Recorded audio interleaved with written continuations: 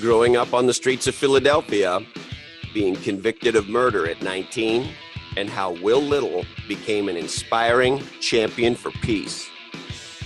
All right. Hey ho, let's go. Hello, my legendary friends. This is Christopher, and man, oh man, am I ever glad you joined us for this episode.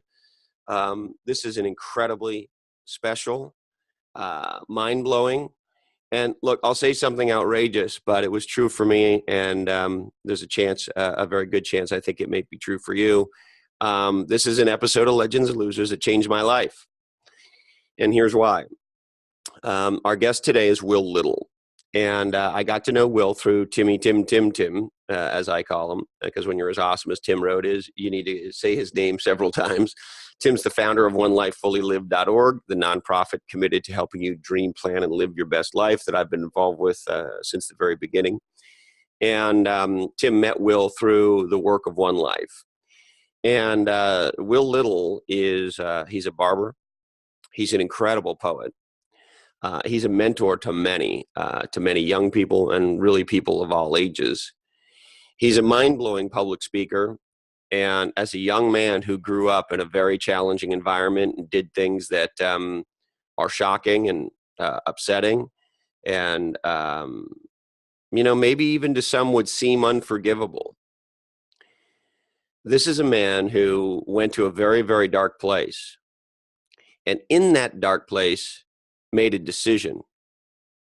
And I will forever be fascinated by what happens when you and I, when people are faced with a moment of truth in their life, the decision they make, and how that decision plays out over time. Because the decisions we make in those moments of truth ultimately form our life.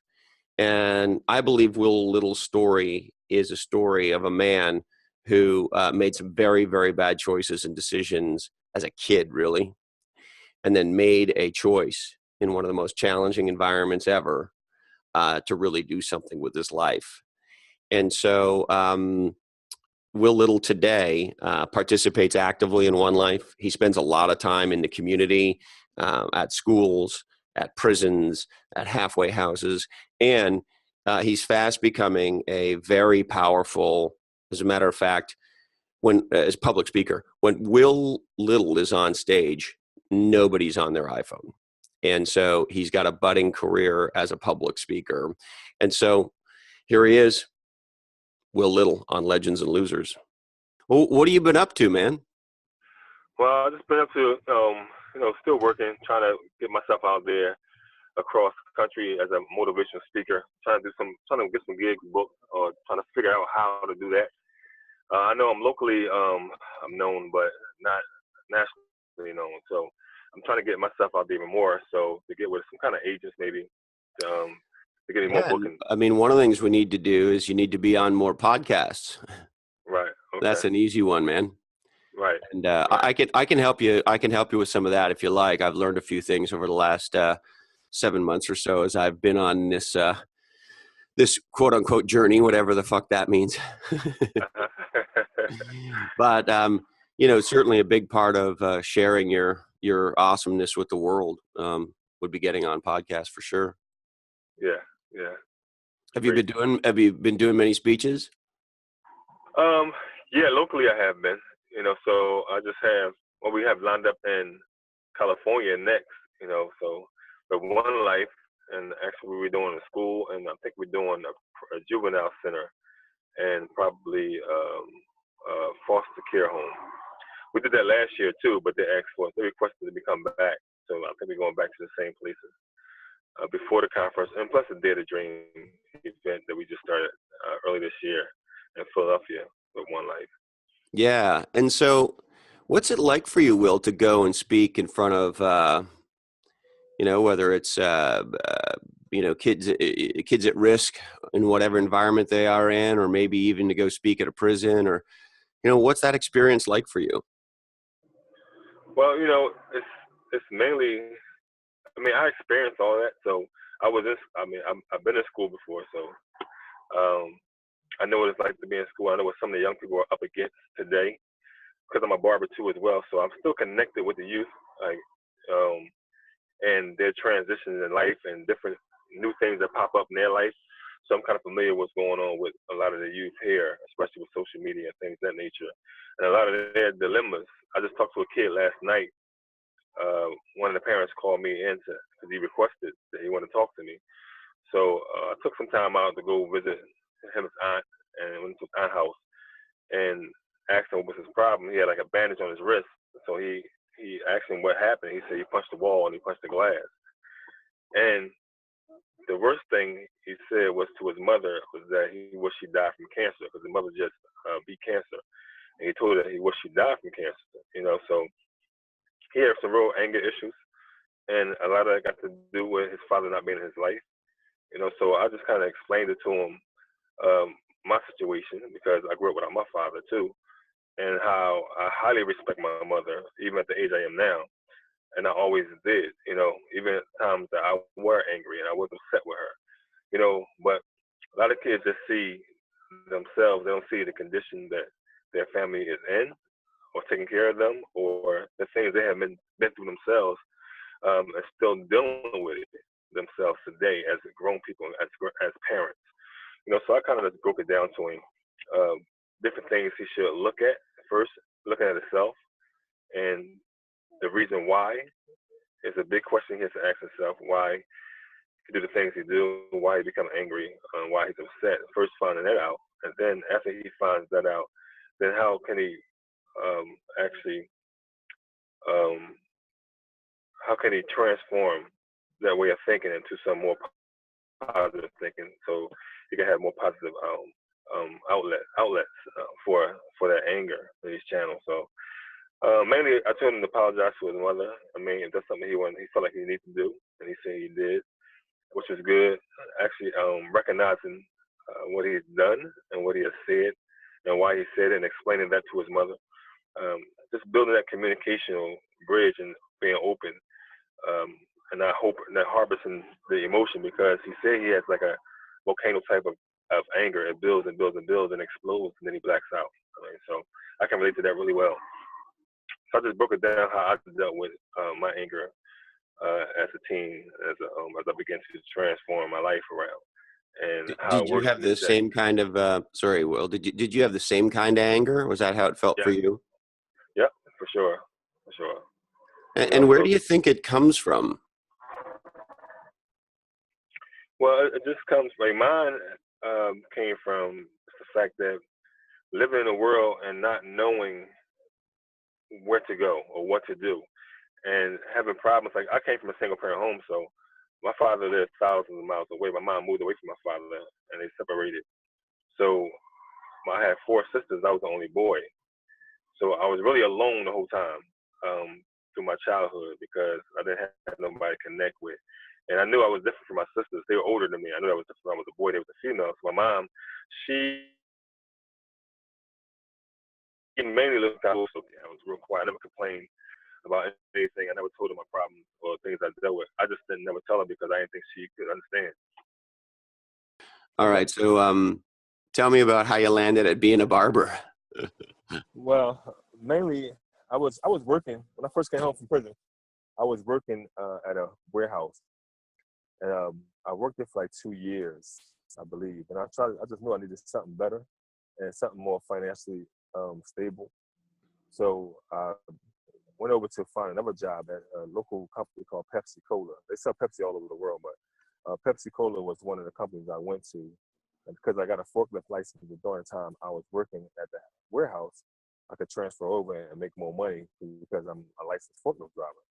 So when I did that, I wound up leaving the old job to start the new job. And during the weekend, I got a letter from the Pepsi Cola Corporation saying that they couldn't hire me because of my background. And I was convicted of a third-degree murder at the age of 19 years old. So I was out of a job. Hold on, Will, you broke up there. I did? Okay. You were convicted at what age? At 19. Of third-degree murder. Yeah, third-degree murder. At 19. Yeah. So, Yeah.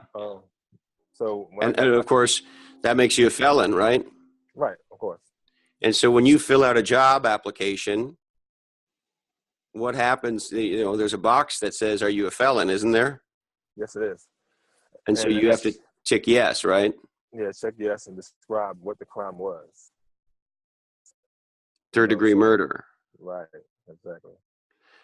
And so Pepsi rejected you based on that. Right. Even though I had two interviews, with two supervisors, and I actually explained to them what was my case, and where I've been working for the last 2.5 years, and I had no questions about my history or my background from either supervisor.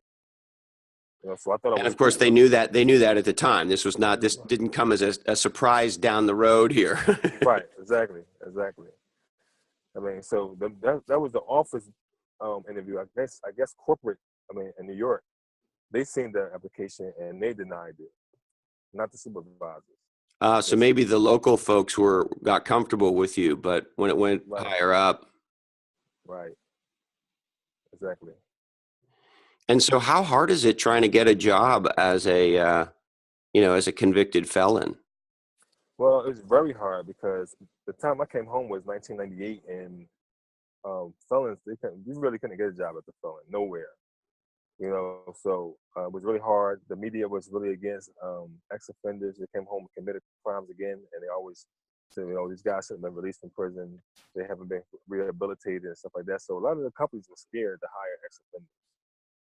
So especially in my case, I know my application got thrown in the trash plenty of times, and not even reviewed after Because it of the was sent. crime, I Right, assume. because of crime. Right. And how long were you in prison? I was in prison for 10 years, all my 20s. So I Yeah. came from a boy to a man. And were you convicted as a teenager or as an adult? No, adult. You were convicted as an adult. Yeah. Yeah. I was over the age of 17, so Right. And so, when you're first out of prison, Will, and you're trying to, take your life back on, right? right, But no one will hire you. That's what's going on, right? right. So what's a guy to do? Well, most people, in most cases, they revert back to their same behavior. So I hustled, sold drugs as a kid, as a teenager. I mean, that's all I knew was to hustle. I never worked for any kind of company or paid taxes before I was arrested. So in my case, like a lot of guys who came back to prison, me being in jail 10 years, I can see the revolving door. And Yep. guys that come home and come back and go home and come back, and they always like blame the system. They would blame the halfway houses, or they would blame the fact that they couldn't get a job. So in my mind, I knew I had 11 years to walk off parole, and I knew I never wanted to come back to prison once I got out. So I really had to be resourceful, in order to stay the course. I mean, and when I came home, I mean, I had guys who offered me drugs and the hustle because they knew my reputation. They knew I was an honest guy, regardless of what it was I was into. I was still an honest person out of all. So they wanted to offer me drugs and get back on my feet and start hustling again and things of that nature. And I was like, no, I can't do that. Can't live that life again.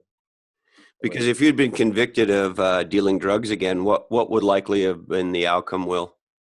Well, if I got convicted of dealing drugs again, I'll probably violated parole for one. Yep. And like I said, I had 11 years to walk off, so I could have did that whole 11 years plus the time I got for the new case. So so let me make sure I understand. So you got out of prison 11 years early, right? Right. So they would have sent you back for those 11 years. Right. And then assuming obviously a conviction for, in this example, a drug dealing charge, you would have then had to serve whatever time was associated with that conviction. Is that right? Right. Exactly. So, I mean, you could have been back in jail for 20 plus years for selling drugs. Of course. Yeah. There's a point system that go on. So if you have a certain amount of points in your record, you can convict it. Like in California, they had the 3 strikes and you out thing. Yeah. So right here in Philadelphia, we don't have 3 strikes and you out, but we do have a point system. Whereas if you get convicted of a certain kind of crime, a felony, it's a lot of points, especially a homicide. There's a lot of points in your record, and if you get convicted again of assault or hustle and selling drugs, a certain kind of quantity of drugs, then you can get a lot of time in prison for that. So I already knew the day I walked out of that prison and took that last look at the prison walls and the mountains and stuff like that, that I wasn't coming back, and I was gonna do anything in my means not to come back over. And yet, so of course that's an awesome, I knew I had to change. sorry, Will, you broke up there, buddy. The call came through. Okay. Of course, that's laudable and understandable, I think, if I try to put myself in your shoes. But the world's not exactly saying, hey, Will, we're so glad you're back, man. And, we know you got your shit together and come on over here, buddy, and let's have an ice cream, right? That's not what's going on, right? Exactly. And so how do you resist? And of course the penalty would be extraordinary, but beyond that, I mean, the pull to back to that life in spite of the consequences still has to be strong. Right. I mean, I knew I just had to just overcome my fear of getting out in the world and challenge myself to do something different and stay the course with whatever I did. So even getting into the barbershop, I didn't know how to cut hair at all. I just was in the barbershop just lounging around talking to friends.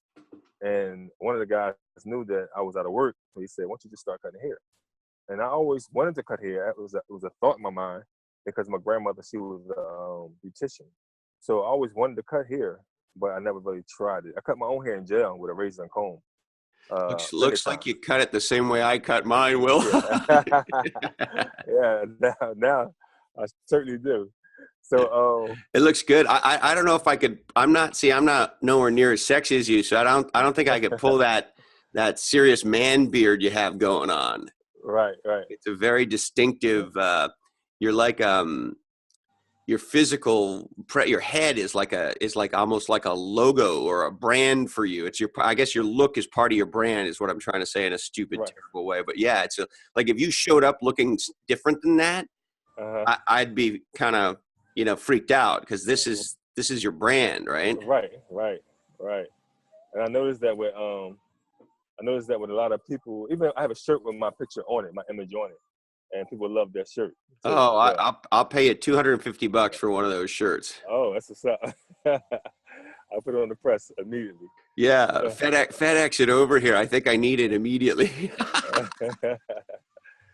That's decent. That's good. So and so your grandma was a beautician then? Right, she was a beautician. Yes. And so how did you get a barber shop? So you were just hanging out with buddies or guys you knew in a barber shop? Is that what, yes. like a local, like you might hang out at a cafe or a bar or a local hangout joint? So you were hanging out in this barber shop. Right. I was hanging out in the barber shop, and my friend was like, I know you looking for work, looking for a job. Why don't you just start cutting hair? So I was like, yeah, that's a good idea. I mean, that's something I want to do. He said, you do? I said, yeah. So, I mean, I see the freedom that they had. It's like you could come and go as you want, because mostly everybody in the barbershop rented their chair. So it ain't like you be there 9 to 5 or a certain time frame. You can just come when you want to come and leave when you want to leave. I mean, so that worked perfect for me, because what I wanted to do was go into the school and start speaking to kids and going to prisons. And majority of the time, that was my work hours when I worked in a warehouse. So I couldn't get to the school, And why were you, why was that an important thing for you to get to the schools and get to the prisons and start sharing your story? Because I knew that it was really needed. I mean, and I knew me growing up as a young boy, I needed that guidance. I needed that positive mentor. I had mentors, but they were negative. I needed that positive mentor in my life, and someone to show me how to actually navigate my way. I'm saying through school and through the streets and dealing with all the peer pressures that are out here, and how you do that. I mean, so a lot of the young people today need that same kind of advice, And when I started doing it, the response was great. I mean, young kids start looking up to me. I mean, start talking to me about their problems, their issue, and a lot of them kids have some real deep problems and real deep issues. So I was able to, like, locally around the barbershop and the schools I went to as a kid, starting those schools first, and then I started branching out to distant schools in the Philadelphia area, and then Atlantic City, and then Harrisburg and stuff like that. Doing assemblies for 300 students and 300 children. They say they're the roughest schools. The teacher like, this is the roughest school. I said, they ain't seen rough. I said, I seen rough before. So I go in there and I just quiet the whole assembly down with 300 kids because I might start off with a poem first based on to get their attention, to get them to listen. So I start with a poem. Like what, Will? What kind of poem do you like to start with? Well, a poem I have called "Born in the Streets," and it kind of relates to my life living on the streets and how the transformation of that too as well. So the poem is called "Born in the Streets," and it's basically talking about I was born in these streets. I survived in the streets. My whole life was a gamble. So I threw bones on the streets. No love at home. So I found love in the streets. Love for my brothers who had the same struggle in these streets. I think my pop was a creep because he crept away. Leaving a young brother in the hood to find his way with no map, no compass, how could I find my way? Days are dark, but I don't care to see the light of day. I want blood money. I'm like a vampire on these blocks. I'm dodging bullets every day as rapid fire on these blocks, but I don't care if I get shot. I feel like shooting myself. See, I used to flip with death until I started feeling myself. Got two Macs on the shelf, an abundance of wealth. Cash is like vitamins in a hood. It betters your health. Now I'm deep in these streets and I got a crew with me. We all sick in the streets, man. They got the flu with me. Look death in the eyes and asking what they want with me. You could take me or leave me. I never feared what confronts me, but that was just a blunt, see. Most got heart when they waste it. That's why they drink 151 with a cranberry to chase it. Never could face life in a sober state of mind, so we drink, lick, and smoke weed till we out of our minds. Do a buck down the street, driving you out of your mind, commit a crime so heinous, you think we out of our minds like when we click, clap, pull back, blowing you out of your mind. 406 murders, Philly is out of their minds. So they make laws and new jails to lock us out of our mind because most don't see it until they run out of time. Like Stanley Tookie Williams, 25 years confined. No mercy or redemption could save them combined. He went from gang war to mentor. Hell gates to heaven doors. Street talk with metaphors. Poetry winning this mental war. So I'm going to spit it till I air my last breath. This is my birth, my life, my freedom, my death. So after I do that poem, it's like all hands in the air. Everybody got their full attention. They understand the struggle, and they can relate to that. So they want to hear When more. did you write that poem, Will? I wrote that poem when I was in prison, probably 1995, around that time. And what was your state of mind at the time? Just expressing my feelings, expressing how I felt. I mean, a lot of times I used to write raps when I was young, and the raps that I wrote was like, gangster rap. Before gangster rap really hit the scene, it was like gangster rap because I wrote about the things I went through in the street, carrying guns, shooting guns, and stuff like that. So when I began to transform my life, I started reading more in prison and educating myself, and I just started thinking differently.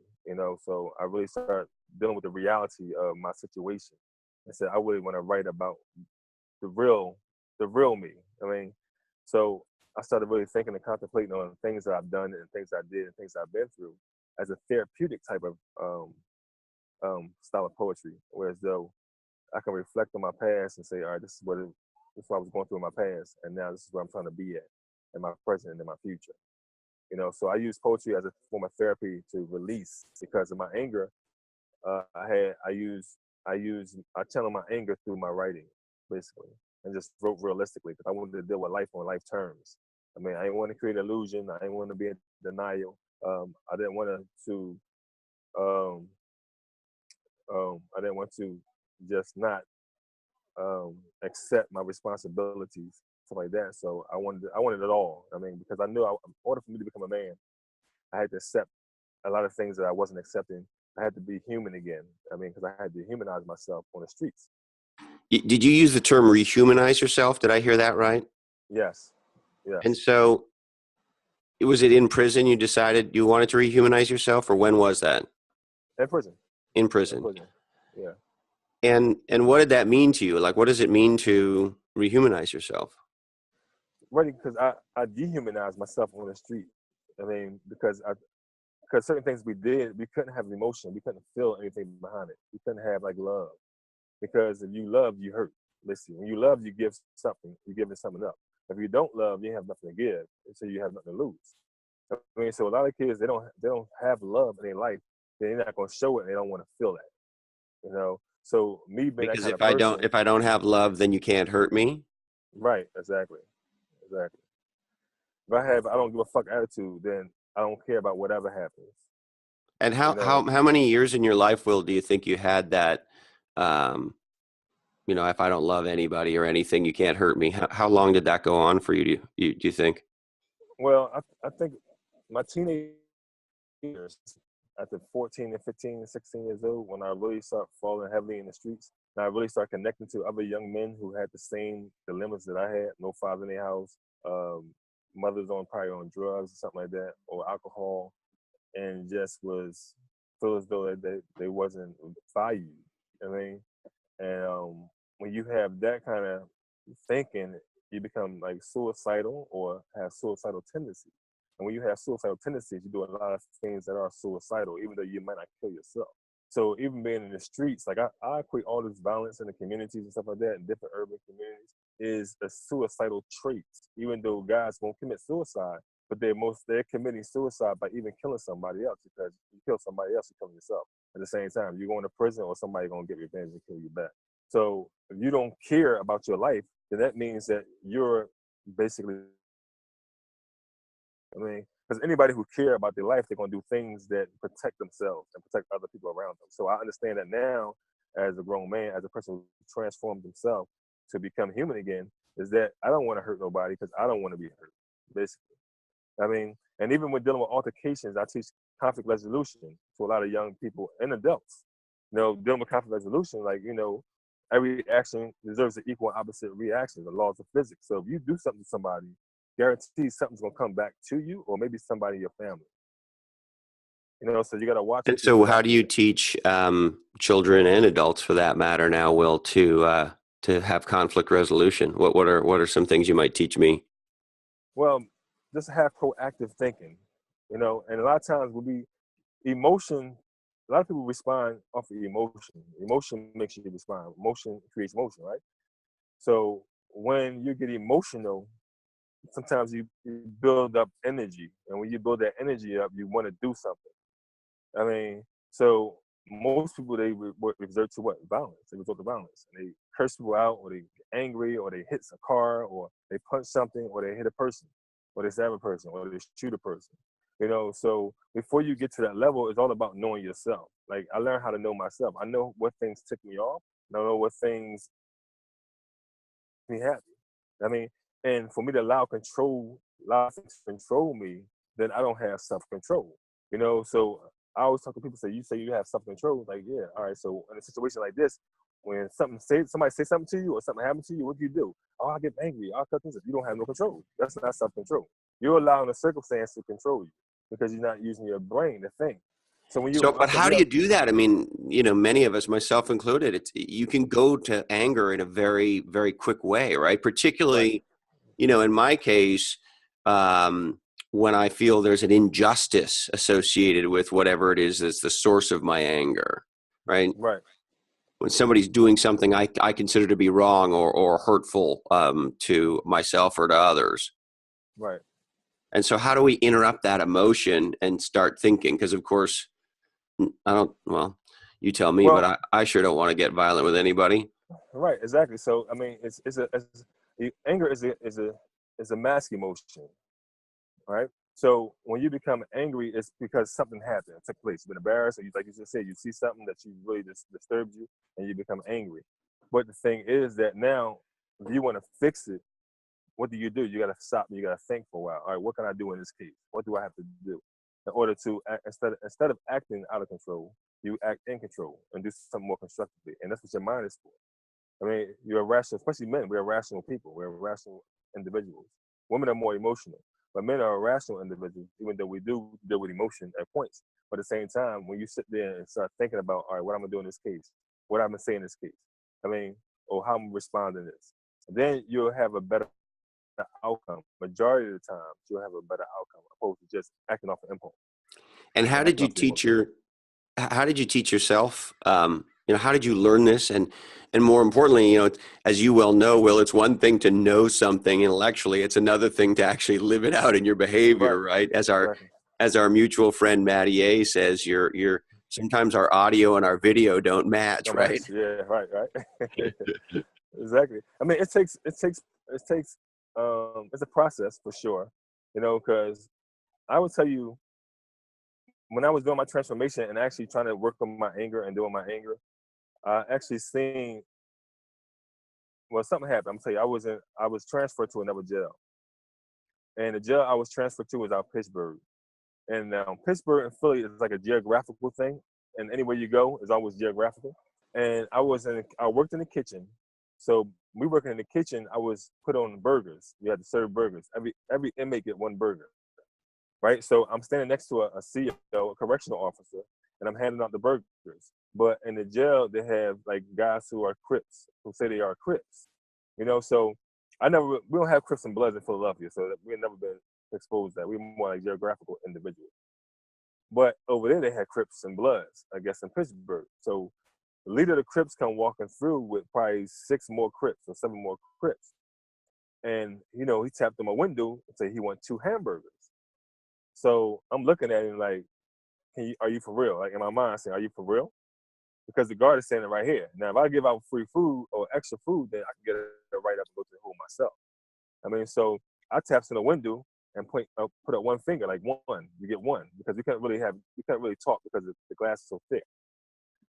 So he got upset and got frustrated. He was like, give me two, this and that. So I'm reading his lips basically, and he like uttered the word cop, like call me a cop. And in prison, you call an inmate a cop, you saying like he's a snitch or something like that. So I got angry quick. This is the time I'm working on my anger, right? So I got so angry, I'm just sitting the whole time and I'm watching him in the child hall where we eat at, talking like real loud. People were looking at him, drawing attention to him, and he's talking about me. So I'm new in the jail. So I'm thinking that I gotta really say something to this guy. I really gotta do something to this guy, or some kind of way deal with this. And I don't want to deal with it physically because I know I normally react. I just react. I don't talk. I just go ahead and handle the business. So I'm saying I'm trying to change, like my life together. I'm in a new jail. I don't want another case for sure. So I went upstairs. I knew we had gym with this group, with that block he was on. So I went upstairs. I put my boots on, and I grabbed 2 pens. And my cellmate said, "What's up? What's going on?" I was like, "Nothing." Then he's like, "You sure you ain't playing basketball today?" I said, "No, I ain't playing ball today." Now I was like short with my words because I didn't want to talk. I'm still thinking in my head. He's like, "You all right?" I was like, "Yeah, I'm all right." I didn't want to tell him what was going on because I ain't want nobody else involved in my thing, So I didn't want to get him in trouble. So I'm tying my boots up. He walks out the door. I grab 2 pens, but then I sit there and think. I said, "Let me pray first." So I made a little prayer, like God help me do the right thing in this situation because I really don't want no trouble. I really don't want another case, but I really got to handle this. So I prayed to God and I walked out. I said, I hope this go right. So my first instinct was to go up to him and talk to him. As opposed to going up to him and stabbing him. Like I would have did in my angry days. So I walks up to him. I see all the groups of guys around him, all the other Crips around him. And I said, all right, I'm going to go to him. If he get out of line, if he gets smart, I'm going to stab him up. I got you. And whatever he do to me, they just do to me. But I'm going to look him dead in his eyes. And I'm going to ask him, what was he saying about me in the child home? So when I walked up to him, I stared him in the eyes. I looked at him. He looked at me, he turned around. All this whole squad was looking at me. I was like, now, what was you saying in the child hall? Because I couldn't hear you. So he was like, nah, man, I understand you're new in the jail. And my cellie, he works next to you. And I normally get his hamburger because he's a vegetarian. Everybody know that. You didn't know that. So, it's all right. It's cool. So I said, okay. I said, no problem. And then I walked away. And I was like, that worked real good. That worked real easy. So I was real happy and relieved that he didn't respond negative. So it won't escalate the issue. Actually, he de-escalated by just explaining to me what was going on because he understood I didn't know what was going on. And from that point on, I knew, okay, if we just had more communication. And he was telling you the truth, Will. Right. Him getting 2 burgers was actually cool. Right. It was okay because he knew that he'd get 2 burgers because his cellie worked in the kitchen beside me. But I didn't know that was his cellie. So the whole thing was I found through that is that if I learn how to communicate with guys, a lot of things won't go on. A lot of violent acts wouldn't happen because there's always a miscommunication amongst people. So from that point on, I just start using my rationale. I'm gonna think this out first. I mean, I'm gonna pray for it first instead of just reacting. And that's how I was able to control my anger and my emotions. On top of that, just not put myself in situations where as though things like that are happening. Now, if I'm driving down the street, I mean, somebody get road rage, and cut me off, whatever that is, I'm gonna sit there and think through. I mean, I'm gonna ride up and speed up to his car and say, "Yo, man, you cut me off," and curse him out, or I'm just gonna let him go ahead and go about his day, and I'm just go about my day. I'm not hurt. He's not hurt. Cool. I mean, so it's because I know how I might respond if a person get out of line with me, or they get out the car and pull a gun out, or anything. So it's all about just thinking it through first before you respond to it. And you learned all this while you were in prison. Yes, the best place to learn it for me. Why was that the best place to learn this for you? Because it was a hostile environment. I mean, if I wanted to control my emotions and anger, I can easily say I'm in control of my emotions and then go home, and then wind up getting into an altercation at home and react the same way I normally did because I really didn't change. You only know you change when you're tested. That thing is tested. I mean, so when I was tested, I passed the test. But look, I've never been in prison, so I have no context. But we hear Right. these things, we read these things that say one of the problems in our prison system is that we don't really rehabilitate people, right? That all we do is we teach them to be better criminals. This is a mantra you read in the paper, you hear in the news, Right. you hear it like it's preached like it's true, like gravity is true. Right. Is that true in your experience? Is it not true? I mean, No, that's an actual fact.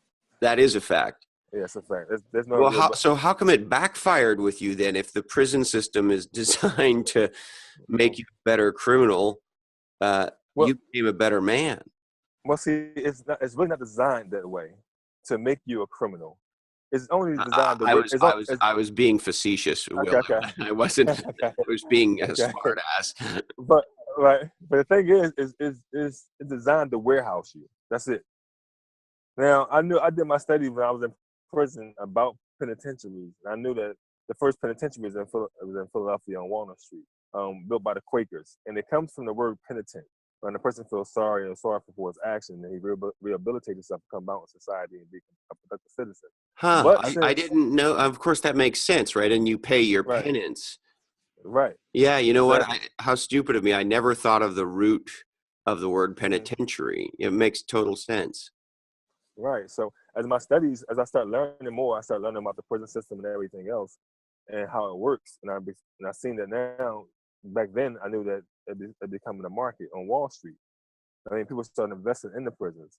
So the thing was that now prisons, instead of becoming a place of rehabilitation, it become a business, and that's why we have uh, one point over 1 point of the world's population uh, in prison in America. We have the highest incarceration rate in America. We had the highest recidivism rate in America. Because I'm gonna tell you one thing, when I really realized it, Chris, is when I was working and I moved up in prison, and like the warden, they liked me and stuff like that, like my character and everything else. So I was placed in the staff dining hall, where the warden and the deputy warden and the nurses and stuff like that and the staff, they all eat there. So one day I was in there cleaning up during count time, and they had guests from a college. They wanted to tour the building, probably 25 students. Okay, so when I was working in the staff dining hall, um, we had college students, like 25 college students, come and wait in a college in the dining hall before while count was going. It was counting basically. So they had to stay there for like 45 minutes till count was over. So wait a They minute. want You had these students come into the jail? yeah, they came to the jail. Just I guess they was studying law. Law Or, enforcement. yeah, Yeah. they were studying law or some kind of study they was doing. So, but they was really just analyzing the prison. Basically, they seen that we had phones outside, we had TVs on our blocks and in our cells, we had HBO, we had cable, basketball courts and stuff like that. The gymnasium looked amazing, better than the recreation gyms outside out in the streets. And they would start asking, say, "Can we ask you a question?" I was like, "No problem." It's the first time I had a conversation with who I thought was intellectuals. Um, it was like, we visited around this whole prison, and we see that everything in here looks really, really good. Like y'all having living a good life. And y'all supposed to be criminals being punished for your crime. She said, I don't understand. Why is that? So I said to her, I just thought about everything she was saying to me, and I visualized it: the phones, the HBO, the cable.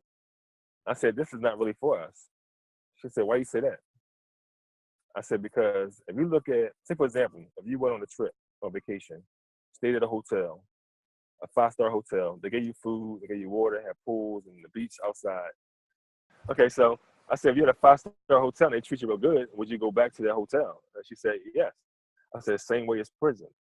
I said, if you have inmates coming to jail in and out and they get 3 hots in a cot, they have no responsibility of paying no bills. They can watch cable and TV all day long, and they can play basketball and sports and be on the phone. Then why would they want to leave? Why would they mind coming back? Why would they hate coming back? They're part of the system. I mean, and some dudes are just adjust to the system. I mean, and she thought about it that way. She's like, wow, I didn't think about it that way. You got to understand that prison is on Wall Street now. So they want you to feel comfortable living there. They want you to be comfortable there. So when you come back, they make more money. They make money off the phone company. The people who make the furniture makes money. People who sell the food in the commissary makes money. And the people who the sheets and the beds and the pillows and the clothing, everybody makes money. So crime pays, just not for the criminal. And so I mean, I hear what you're saying. I can't help but want to underscore it, that prisons are set up to be at a level of comfort, to use your word, right, that I might become a person who would feel more comfortable being in there and having a free ride and watching Ellen DeGeneres or whatever inmates watch, right. and getting my burger and playing basketball. That you think that prison life has got to a place in the United States, Will, where there are people who would choose that over their freedom? Yep. Of course, they would love their freedom too, but at the same time, they don't mind coming back. You can't threaten them with prison because it's not a threat. Okay, I'm gonna go there. I'm gonna do a certain amount of time. I'm gonna do 6 months. I'm gonna do 9 months. I'm gonna do a year. I'll be back out again. That's why the recidivism rate is so high. It's like 70, 80%. So what do you think should be done about that? Well, I think you need programs in there to really help guys and ladies get back on track. Basically, find a way, because I know a lot of people want to change. They just don't know how to change, and they don't see change. So when I do go into prison, I explain to them that I had 10 years in prison, I had 11 years of parole, and I walked it all off. And now this kind of person I've become today, they really want that. It's just not offered to them. So there was no program in prison that you could enroll in called, I want to design a legendary life after I get out of prison, and I want to be a good person, and I want to develop myself and contribute in the world and do, the things that all of us want to do, be connected, Right. of course, to other people and have relationships and all the things that all of us want. There's no program that teaches you how to go do that. Nope. You have education. We had like the GED classes at one point in time, and then we had college courses, but in Pennsylvania, they took the college courses out, so guys can't really get degrees no more. So we have education there. But you can get your high school diploma. Yeah, you can get your GED while you're in there, but there are so many other distractions around you, the things that you like more so than to educate yourself. And very few of us really sit back and say, I'm gonna educate myself. I'm not coming back to prison. I'm not doing this jail thing. This is not for me. I'm going out. I'm gonna change my life around. You have very few people that does that. So what was it about you, Will? If the statistics are bad and very few people do what you did, what do you think it was about you that said, I don't want to be like so many other people in here? Because I know I was better than that. And how did you know you were better than that, Will? Because I wasn't gonna own that. That wasn't my life. That wasn't for me to own. You weren't going to own that that's all there was for you. Right, exactly. Or maybe said a different way, you wanted to own that there was a lot more for you. And so, you know, what was it about you, Will, you think that made you want to change your life when, you know, so many others don't? Well, one thing particularly, I had a son when I was incarcerated. My son was born after 8 months when I was in jail, and I just didn't want that life for him. You know, I didn't want him to live without his father. I didn't want him to grow up not knowing what life is about, and I didn't want him getting into the streets and things of nature, or even be killed on the streets. You know, so I'm thinking about all these things as a kid, and him being a baby now in this world. I really gotta. If I can't live for myself, I gotta at least live for him. I mean, in order for me to be a good father or good parent to him, that my father wasn't for me, is that I really had to educate myself. I really had to change certain things in my life in order to be there for him. If I was ever set free, because I wasn't even sentenced yet, I wasn't even found guilty yet, you know, and I was facing life in prison after the death penalty. They was trying to give me the death penalty at first, but then I beat a few charges at the preliminary hearing, and then was only facing the murder rap for trial and conspiracy and a gun. I said, if I ever get out of jail, I want to be a father to my son. I mean, a father to my son, and basically, you know, be the best father I can be. I mean, and it starts with me. How do I become a man? I mean, so I wanted to become a man, even though I have no one to raise me as a man. I wanted to become a man. So I had to look into like books and And read. this is in your mind at, if I'm remembering right, 19, Will? Yeah, at 20, yeah, 1920. Yeah, 1920, yeah. yeah. What's your son's name? Nafis. Nathis. Yeah, And so Nathis is a big part of the impetus for you saying, I want to teach myself to be a man. right, And why do you think, you know, so many of us can be victims of victims, right? We redo what got done to us. right. Why did you decide to be, you know, you tell me if these are inappropriate ways to say it or think about it, but you know, the opposite of your own dad. Because I mean, I just looked at what is what was the negative things and what was the positive things about in life. I mean, and I want to do more of the positive things. I know I did a lot of negative things already. So my whole mission was now just straight through positive things, you know, and whatever his hangups was or his reasons for doing what he did, overlook that and just look at what I can get this good out of that situation. And the good thing I got out of that situation was not being just like that, not being a father like he was, you know, or some of the things that my mother may have done. I mean, trying to raise 5 children on her own, her drinking and stuff like that. That's why I never did drugs. I never drunk alcohol. I never smoked weed. I never did pills. None of that stuff. Served all of the drugs of choice in the community. I never did those or smoke cigarettes. None of that stuff. Why? Because I seen it was going to benefit me, and I'm a person like if it's going to benefit me, I'll do it. If it's not going to benefit me, I'm not going to do it at all. So whatever information or knowledge I get my hands on and touch on, if it's benefiting me, I just picked up pieces from everywhere and just put that puzzle together and say, well, this a man don't act this way. A man think first. A man don't act off emotion. A man don't do certain things, disrespect women or disrespect other people. I mean, so I just started working on my character. I mean, Wow. and your character, like I tell now today, even telling people today, like your attitude controls your latitude. I mean, how, you know, Your attitude controls your latitude. yes, indeed. I mean, and I just tell them how many people I've met. I mean, how many good people I have met in a matter of minutes that really, really helped me out a lot in a lot of different ways.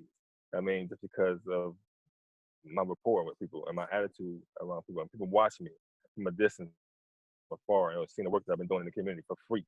I mean, having classes with young people for free, feeding kids in the community for free. I mean, out my own barbershop money, you know, taking them on trips out my own barbershop money. And I have my own children, but I still take the responsibility of other people's children in the community.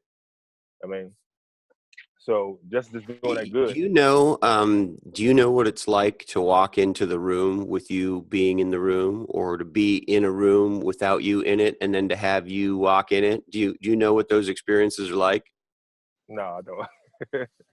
No, I Well, don't. I do, Will, Yeah. and it's this is going to sound corny, but like it's a magical experience to have you walk in a room.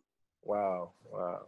I've seen it Wow. many, many times, and I've walked in a room and have you in it, and your presence, your presence, who you're being, your being is big, is very bright.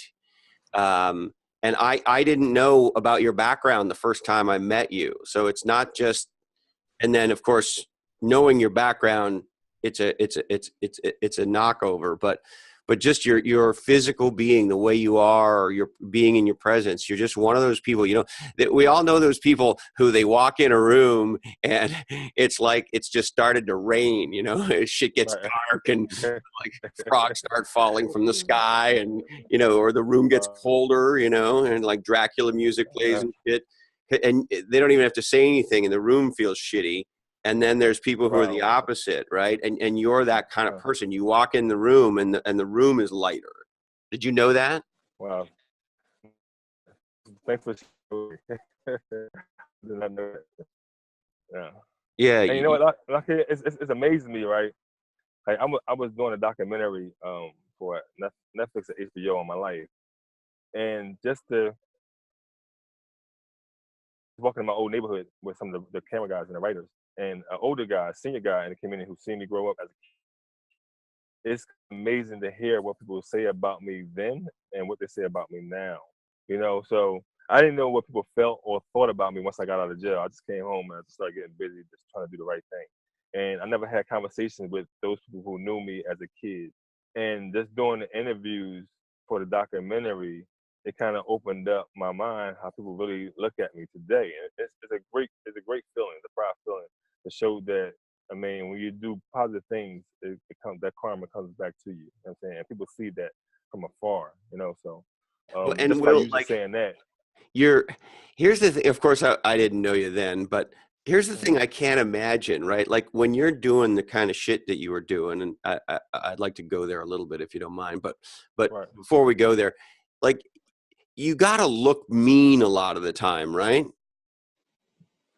Or doing stuff from when, like now? Doing stuff I'm doing now? No, but like Or my before? point is, here's what I'm getting at. Your face, when I look at you in the face, like you just have this big smile and your eyes are bright and like you have this radiant face, right? This big Right. smiley, happy fucking face with this giant fucking beard, right? And Right. you almost look like maybe, I don't know, some kind of a priest or something. I don't know, some kind of a Right. spiritual character of some sort, right? But the big thing is Yeah. this happy face. And so I just can't imagine this sort of monk, happy looking dude, if I could, Mm. characterize you kind of like that, Right. like with this angry face doing all this nasty shit. I can't, it just doesn't go. Go together. Yeah. Exactly. I'll go together. Right. Right. Your facial expression matches your mood. Like your audio, like match to your audio, match your video. Your facial expression, your facial expression match your mood. So definitely. Yeah. Yeah. So, maybe take me back a little bit, Will. Would you mind No, just man. sharing a little bit about your childhood and ultimately what led up to that horrible day where everything changed? Yeah, so my childhood, like I said, I was raised without my father, and my mother was in my life as much as she could be. And then after a while, I started growing up, and I started venturing out in the streets, and I was exposed to more things in the streets, the hustle and the bustle, and I always wanted nice things, materialistic things that my mom could not afford. So um, I met with a few other guys in school, and from ages from third grade to fifth and sixth and seventh grade, we all hung out together, like 10 of us all together all the time. We became like brothers, like a real knit brother. I don't have my brothers here in Philly. My brothers in North Carolina, and they're all younger than me. But the guys here in Philly that I met with and I was raised with, we all became brothers. So one of my friends, my best friends, his mother, she sold drugs. And she sold drugs really heavy. She was like a millionaire in the neighborhood. So it was easy for us to get drugs, access to drugs, and start hustling at the age of 15, 16 years old. And we just actually just did it because, it was there. Everybody was doing the same thing, was hustling, and it was a way to make money. And we didn't see the harm in making money at the And what time. kind of what kind of drugs, Will? Well, first it was weed, and then it was powder coke, and then syrup. Syrup and pills is a drug of choice in Philadelphia at the time, like in the 80s. What So what kind of syrup pills. pills? It was called It was called Volume, not Volumes. Volumes was there too, but other pill was like a horse tranquilizer. We call them cakes, but it was like a horse Oh, tranquilizer type pill, and you would take that with some cough syrup, and it's like a down high that people would get. So people was it buying it sounds up. terrible. Yeah. People was buying it up by the droves of it, man, because they didn't want to face the reality of life. They wanted to get high and just miss the whole 24 hours of the day. So we started getting into that. I started making money, and then I was able to buy my own clothes, my own sneakers, and stuff like that. And I knew I had to hide it. When I took my clothes in the house, my mama asked me, "How you get money to pay for this, pay for that?" And I had to tell her that. I mean, I couldn't tell her I was selling drugs. She'd have put me out the house. So I hid it as much as I could. And one day I And had sorry to interrupt you, Will, were you carrying a weapon at this point? when time we started hustling, of course we had to buy guns to protect our money. I So mean, there was and never, I was talking to, this is going to sound terrible, but I was talking to a drug smuggler the other day, and a guy who was driving pot from New York to California back in the old days in the 80s. right, And he would drive across the country with like, tons and tons of all this pot in his car and stuff, and tons of money and the whole thing, and never any guns. And I was surprised. So the minute you started, um, you had a weapon. right, because you in the environment that we lived in, I mean, you had guys who just stick up guys. If you had something, they're gonna take it from you if they could, and then you just had guys who were just jealous. I mean, that you were making money, or you was coming to their neighborhood or whatever and selling drugs. So it would always be some kind of battle or violence going on between groups. Now we didn't have gangs in Philly. We had mostly like different sections of Philly that people hung out together. And we now in my neighborhood, 20th Street is where I'm from. I mean, you might have another crew on 18th Street. You might have another crew on 22nd Street. You might have another crew down the street on 20th Street further down. I mean, but we all like went to the same schools, and so we knew each other. We grew up together, and And there's did you not no guys sort of gang. stay out of each other's territories and kind of? No, we No. went in, we went into each other's territory because a lot of guys who wasn't really they was out in the street, but they weren't really that tough, Mm. and they was scared of other people. So we were one of them groups that you probably feared. I mean, if you was out there hustling So drugs. if you thought you could push some Um, guys around, yeah. you'd encroach on their territory. Well, but we won't push them around. We won't say like we're taking over this. You can't hustle here. I mean, we just go there and we just hustle. I mean, and they don't send to us. We don't send to them. And they couldn't come in our block in our neighborhood because we had too many people out there hustling. So the thing was that we would try to branch out to different places and just do it and make more money. And you had to carry a gun because you never know who is watching you. I mean, who see you? Because we had cars and everything as teenagers. A lot of people ain't have cars back then. We had the up-to-date cars. In 1987, we had 87 cars, 87 Max, Well, 87 you were Miatas. driving an '87 Maxima. Yep, Nissan Maxima Sentras. We had to hook up with a car dealership. I mean, they get us cars, sign the cars over to us some kind of way, and we had brand new cars. So we Were they paid all paid black, or did you go for colors? no different colors, different colors. Whatever had the sale, we bought. Okay. We had some old cars too. We call hoopties that we get Yeah. around, drive around in and stuff like that. So we had carry guns all the time, and sometimes I carried two guns on me. And one time, I think my mom first found out I carried guns when I hid a few guns in the basement in her shoe boxes, thinking she wouldn't go in there for no reason at all. And she went down there and she looked at some shoes and she found a 357 Magnum. I mean, and she's like, Will, and she said that she called my name. She's like, Will, get down that basement, get that out of my house. I knew exactly what she was talking about. Now then I felt bad about it because she found it, and like that, she found it. But she gonna ask me about this stuff. But she never asked me nothing about it. She said, get out the house. I got out the house. I took all the guns out the house. Actually, I had 5 guns in there. I took all the guns out the house. And I just kind of felt bad because my niece was in there. But my mom found it. What if my nieces found it? I mean, Yeah. so I How just old got roughly would you have been at that point, Will? about 17. 17. So you're a couple years in, roughly. Yeah, yeah. So And what kind of money are you dealing with at this point, a few years into your career? well, a hand over fist. I was really selling my own product at one time. So I started working for somebody else, an older guy in the neighborhood. Then I made enough money to start making my own money. I mean, I started working for myself, and I would make probably at least like 1,000 a day or 2,000 a day. And when I got to a certain level, I would just pass it off to other people to sell for me, other younger guys to sell for me, and probably bring like 4 or 5,000 um, a day. Once you started to build your pyramid, so to speak, Yeah, your kingdom. Yeah. yeah, yeah, yeah. And then we And what do you do with all this money as a 17-year-old kid? Like, where's the money going? buying clothes and tailor painting my cars and going out and stuff like that. So we messed up a whole lot of money doing So that. you were Because it came spending a fast, lot of money. so just having things that you didn't have and things you wish you could have as a kid. I mean, it was just fun to have that moment. You know, we weren't really smart with the money at all. None of us was. So you weren't buying mutual funds or Nah, real estate. nah, no money management was there. Nobody told us, everything we learned from the streets. So we didn't learn money management. We didn't learn how to buy properties and invest our money in properties and have real estate and stuff like that. None of that stuff we knew. Like I knew now. Back then, yeah, of course, we would have bought up a whole lot of. Because now in Philly, the house is now going for $500,000 in Philadelphia Yeah. in the city. I mean, so gentrification started here, and now we look at that. We could have this house that we lived in. Right. But I mean, but the thing So was that you were not a financially savvy gangster. Is that what you're telling me? nah, at all, at all. I mean, so, but it was just about having fun. I mean, just put yourself in the moment when, I mean, things you always wanted to do, and you was able to do that. They had that moment of freedom.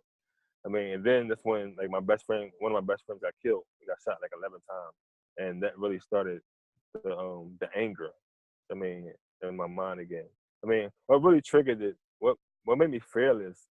I'll tell you a story. What made me fearless when I was young? My mom got into a fight with a boyfriend, and he always carried around a Dillinger gun. And he drank a lot too, so he'd get drunk sometimes. But he carried around a Dillinger.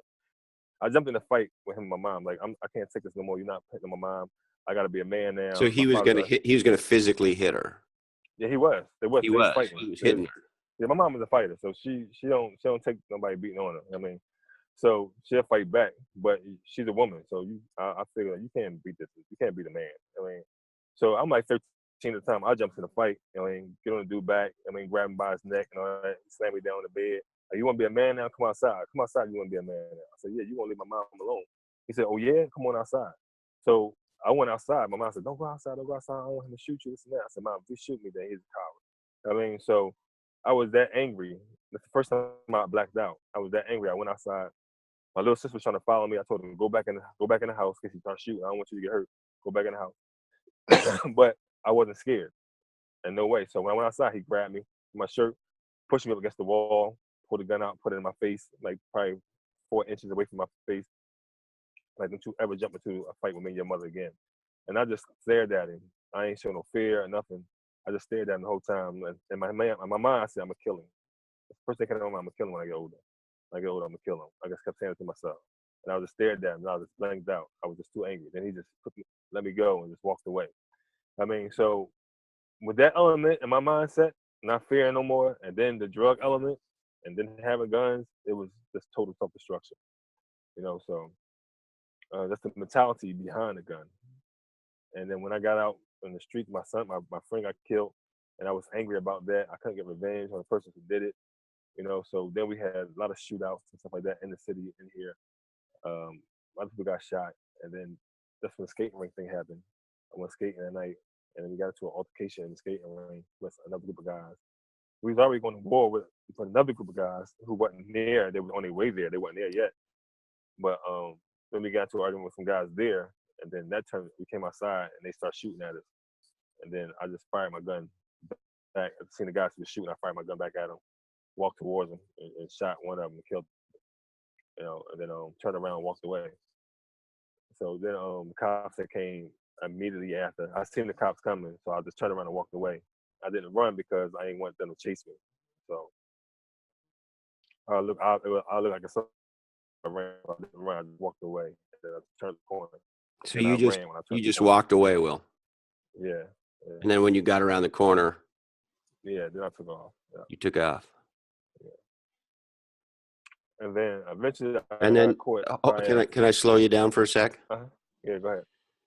When the adrenaline wears off, What happened for you? Well, well, nothing. Um, I just walked away, and then I just went to my friend's house, and I said I'm going home.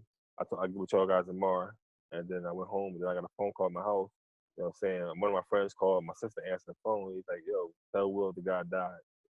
The guy he killed last night died." So my sister was shocked. Like, what? What are you talking about? And he said, "Tell Will I'm coming out South Philly because I was living in Westwood at the time. What kind of stuff are they gonna try to kill him because he killed the guy last night?" And what's going on? I said, what's going on? She called me down. I said, what's going on? I said, nothing. What's going on? He said, why are you talking about you killed somebody? I said, no, you're talking about the wrong person. You're talking about this other guy named Will. They think it's me, but I'm going to go down there and straighten it out. I mean, so I was trying to calm my sister down so she won't call my mom. My mom get crazy, get scared. I mean, so I was just playing the whole thing out. It wasn't me. I was calm the whole time. I mean, so when I went down South Philadelphia, then everybody was like talking about what happened last night. People looking for me. Somebody want to kill me. And at the time, I didn't really care.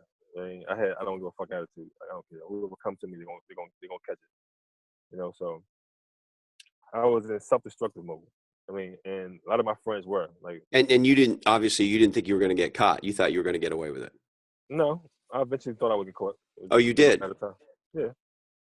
I mean, but they weren't looking for me at the time. The cops were looking for me. They locked up my co-defendants. I mean, they locked 3 of them up that was there that night when the shooting happened. So they got them right away. Will? Caught by getting shot out, by getting killed. Hold on, Will. I missed you there, buddy. Will? Okay. Yeah. Okay, you coming back. So So that night, your 3 co-defendants got caught? they didn't caught that night. They got caught like weeks after.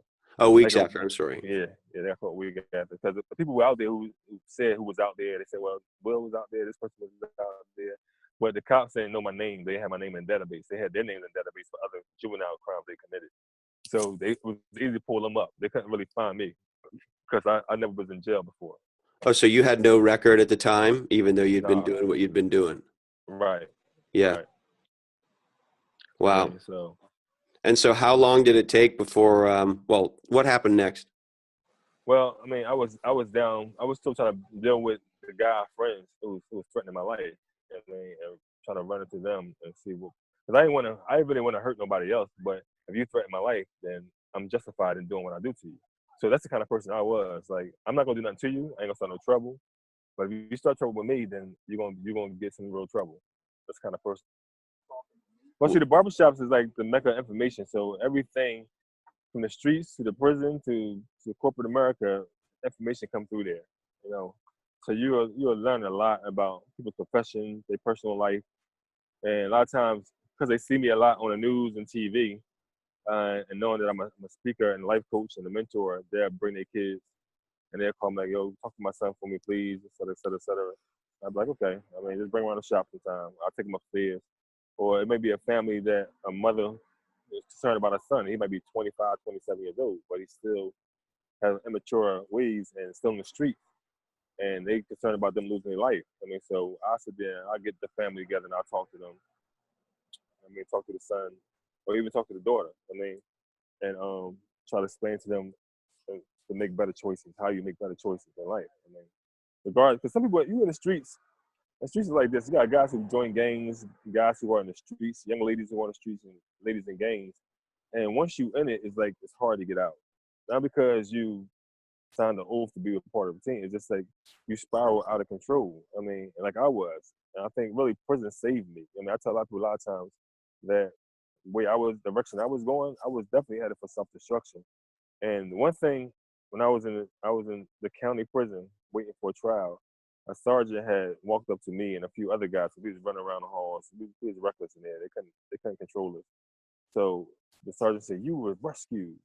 I mean, and I looked at him like, "What?" I took it as disrespect. I mean, so I got angry. So I wasn't rescued, nothing.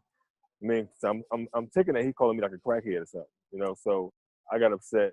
But years later, as I thought about it, his statement to me, it was like really profound because the fact that I was rescued. I mean, I was rescued from myself. I was rescued from the streets. I was rescued from the other people out there who probably could have did something or wanted to do something to me. And because I was in prison, I was kind of saved, and it gave me time to think about my life. I mean, if I didn't go to prison, I probably never would have changed my life around. You know, so that's how you be spiraling out of control. And a lot of guys just don't know how to stop selling drugs or stop carrying guns, or they done did so much stuff to people that now people are still after them or looking for them. So it's a thing where as though you really got to teach people how to navigate their life out of that situation, you know, or out of the streets. I mean, or staying out of prison, because you really don't know, because you really see people that make a change in their life like drastically, like I did, you know. So Yeah, that, you seem to defy a lot of the statistics and the stories, right? right, right, exactly. And that was and basically that was meant for me to do that. I mean, so regardless of what, like I told the young guy last night I was talking to, I said regardless of what the system has prepared for me, what the streets has prepared for me, I knew that when I was in jail that I wasn't gonna go back to it. I mean, I wasn't gonna become a statistic again, basically, and I wasn't become a part of the system. I wasn't gonna be institutionalized. None of that stuff. I wasn't gonna be part of somebody else's program or somebody else's plan to get me be incarcerated or be in somebody's grave. You know, so I just had in my Being mind somebody's what, Will? somebody's grave, In somebody's graveyard. grave. Yeah, Yeah. grave. Yeah. And so I just had in my mind like I'm a really change it. I mean, change myself and um, not become part of that statistic. I mean, even being on parole for the first time, and I was like, I'm not gonna be a person who's coming back and forth to jail. I know I got 11 years to walk off, but I'm not gonna walk. I ain't gonna walk to a point where I'm forget about this place and I get locked up for a violation, driving without a license, or simple as jaywalking across the street, something You simple got to like be that. on your best behavior all the time, right? You never All the time. know. I mean, I jaywalk all the time. Right. When you're on parole, you don't jaywalk, right? Yeah, I mean you do, because the city don't really, they don't really what you call that word, enforce that law. But similar to driving without a license, yeah, you can get locked up for that. I Yeah. mean, so Simple thing. Like yeah, we might just forget to grab our license or our wallet or whatever it is when we're just running to the store, maybe, right, so yeah, like that. Yeah. yeah. So things of that nature is like it's tipping points for people that they go the wrong way, and sometimes attitude just enhance the problem. Like I ran into police when I got out of jail. I was in a halfway house, so not knowing how the subway system had changed from me being when I was young and older, because I know you can use a trans pass. The trans pass is what you get is to pay your fare. You can just slide it through like a credit card. You can slide it through and you can use it as many times as you want when I was younger.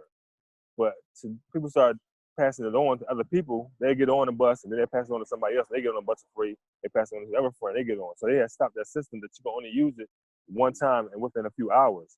So when I came home, I had got on the train and I had a trans pass and I had slid the trans pass through, but I couldn't walk through the changing style because I had a Walkman on my hip and I got stuck.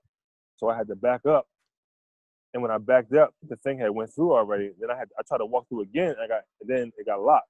So I tried to swipe my card again. When I swiped my card again, it wouldn't go through. It kept beeping, beep, beep, beep. So I knew my train was coming, so I just jumped over the chain stop. I mean, I jumped over. The cops was right there. They ran over to me. They grabbed me, held me up. I mean, you trying to jump over the train style? You ain't pay your fare. I said, look, I got a train pass right here. They said, no, somebody used it already. I said, no, I just used it. So I didn't really know the system had changed. So they're like, no, you used somebody else's train pass. I said, look, I'm trying to go back to the halfway house. I'm just got out of jail, et cetera, et cetera. So the cops like, all right, we're gonna run your information and everything else. They run my information. And then I was doing being calm about it. They asked me what I was locked up for. I said I was locked up for homicide. So after they read my information, they said, all right, you can go. I said, look, I need a pass to let the halfway house know that I wasn't late. I was stopped by the police.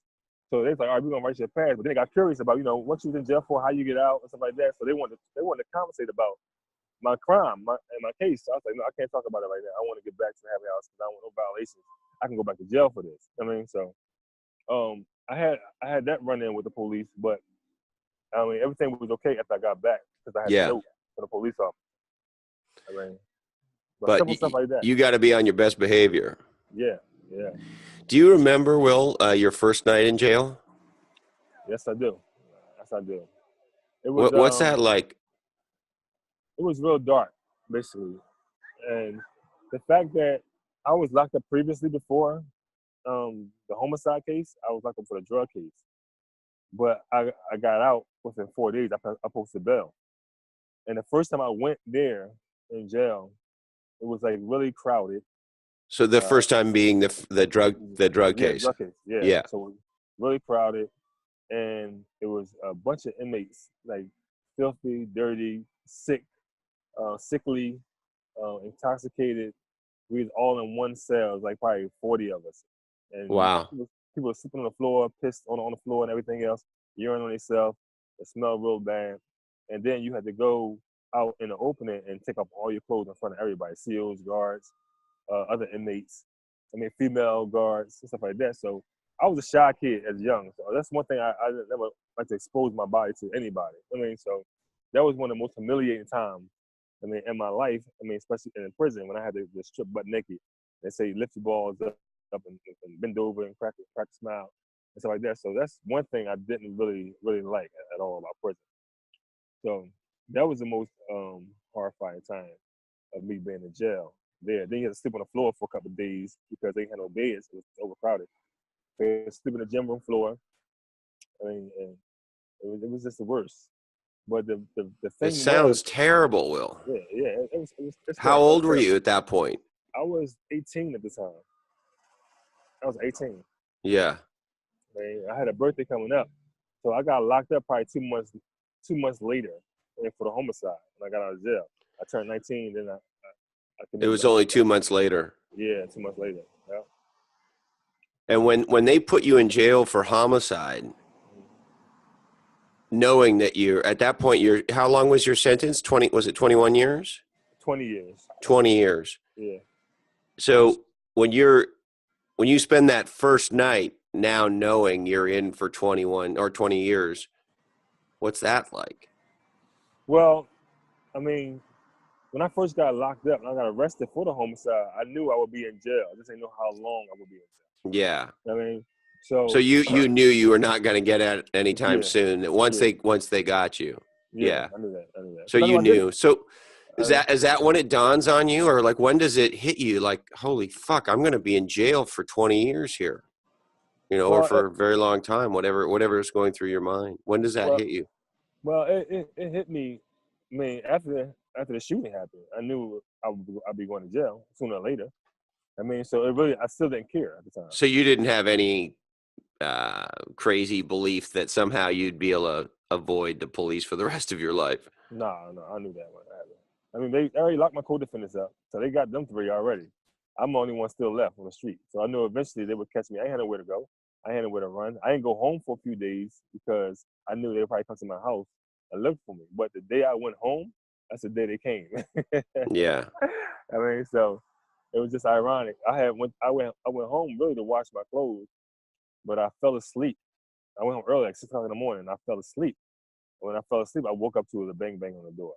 I mean, and that's when I knew the police was there. And I had a gun on me then. I had a 9mm on me then. So I took the gun, I threw it under the bed, and I just walked down the steps because I knew they were gonna run in. I didn't want to search the room and find a gun. So I just walked down the steps, and then they see me coming down the steps. They handcuffed me and everything else. Oh, yeah. So you wanted to make sure that you surrendered peacefully. Right, exactly. Yeah. Wow. And I can't imagine what that feels like at 19 years old, Will. Yeah. Well, like I say, I mean, in our mentality then, it was like more so, okay, I'm caught. I mean, I got to face what I got to face. I say whatever it is. So I was already prepared to face the consequences. So you were already, if you will, manning up, so to speak. You were Right. already getting ready to admit what had happened and what you did. No, I didn't admit it. I mean, I did. They had to find me guilty. I didn't admit it. No, but you in your mind. I mean, I didn't necessarily mean in court, but to yourself, to yourself, you were beginning to own it in your mind. Right. Exactly. How long did the trial take place for? The trial took 2 years for me to go to trial. It took like about 2 years for me to go to trial. And then, because it's so overcrowded, it was like probably 500 something homicides that year. in Philly. So we had to wait till our name just get called. We didn't have like a date for trial. So it took like almost 2 years. After the preliminary hearing, 2 years for us to go to trial. And So I of was course, like, you're sitting in jail that whole time, are you not? yeah, yes. Because I had the option either to post bail or either to pay a lawyer. And I chose to pay a lawyer. I didn't want to post bail and be out in the street and then still have no money for a lawyer. So I How knew I much had, was the bail? the bail was $85,000. And how much was the lawyer? The lawyer is around the same amount. Around, so, the lawyer was like 10,000, 10 grand. So, 10 grand? yeah, 10 grand. The lawyer was only 10 grand to do the whole thing. Yeah, A murder defense. Yeah. That doesn't sound like a lot to pay a lawyer to do a murder defense. No, it's that's what how much it runs. It runs around that much around this time. And Philly is like so many homicides. Like it's different from other areas. You know what I mean? So that's why the sentence is different. I mean, people don't get life automatically all the time. And then same time, like the bail won't be that high because it's homicides all the time. And what did you end up pleading? I didn't plead anything. I plead not guilty. I got found guilty. I see. So you pled not guilty. Right. Mm-hmm.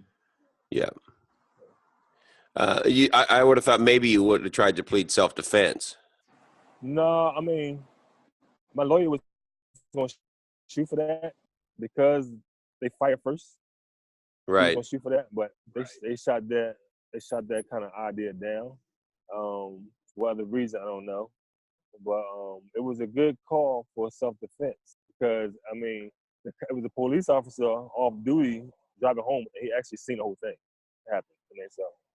And did that police officer testify to the fact that the other guy shot first? Yeah, that helped us out because they was gonna try to give us life.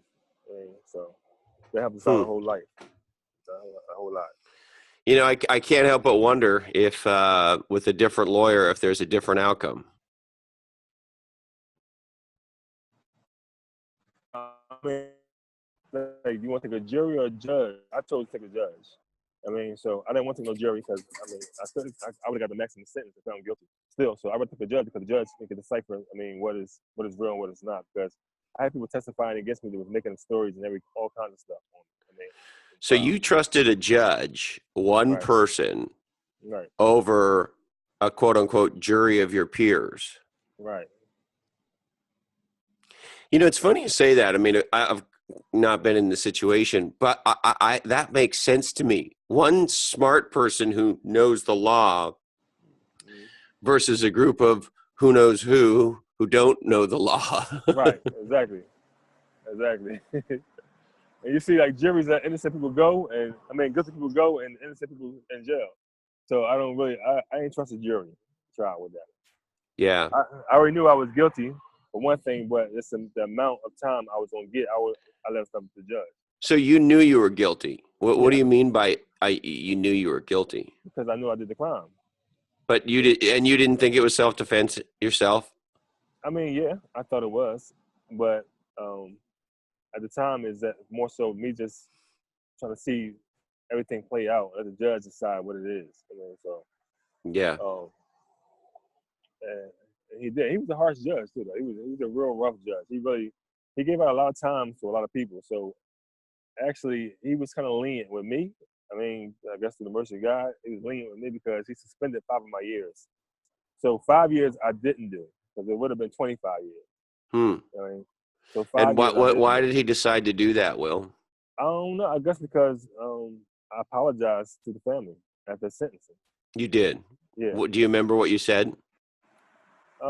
Not verbatim, but it was something to the point where as though I just turned around and I was like, I apologize for my actions within this case and this crime, taking someone's life, or taking your son's life or your brother's life, and I just, I don't know what else I said after that, but it was real short. It was something to that effect. Yeah. And then the judge just looked at me and said, I'm gonna send you to jail for a nice amount of time, not a long time, but a nice amount of time, enough time for you to get yourself together, get your life together. And I guess he's seen something in me too as well, potential in me. And he said, I just want you to go to anger management class. I mean, and complete whatever programs we assign to you, and that's all I asked for. I was like, okay, thank you, basically. And my mom and them was like crying and stuff like that. I turned around smiling. I mean, with a happy face, and they was puzzled like, why are you smiling? You just got sentenced to 10 to 20 years. But the thing was, I knew I could have easily got life. So I was like still happy. I look on the bright side of things. That's what I think I do. I always look on the positive side of things or the bright side of things, because if you don't, then you be stressed and you depressed and a whole lot of other stuff will happen. So I always try to look at the better outcome of the situation. So I want to make sure I hear what you're just saying there. Will, as you're getting sentenced to 20 years, you're looking on the bright side and feeling happy. Right. I'm coming home. Yeah. I mean, it was a possibility that I would never come home. But right. now I know I'm coming home. And I know I committed a crime. I took somebody's life, and I could easily be in jail. I know people who had life in prison who didn't murder nobody. I mean, I have friends who had life in prison who didn't murder nobody, who just probably was there. But they ain't pulled the trigger, none of that, and they got life in prison. I mean, in my case, I pulled the trigger. I shot the person. I mean, and they're still in jail today, doing life. And I'm on the street free, walking the street. You know? So I don't take none of this for granted. And me even changing my life, I don't take that for granted either. That's why I knew that's something I had to do, because I had a second chance. And some people don't get second chance who deserve it. And why do you think you got that second chance, Will? Because purpose. I had a purpose. And once I discovered that purpose, I mean, God knew I would discover that purpose. I mean, and I discovered it. And it's mainly to teach people about how to live life. For those of us who didn't know how, who don't know how to navigate their way. You've become an incredible mentor and coach to so many, Will. Yeah. It's extraordinary. You're like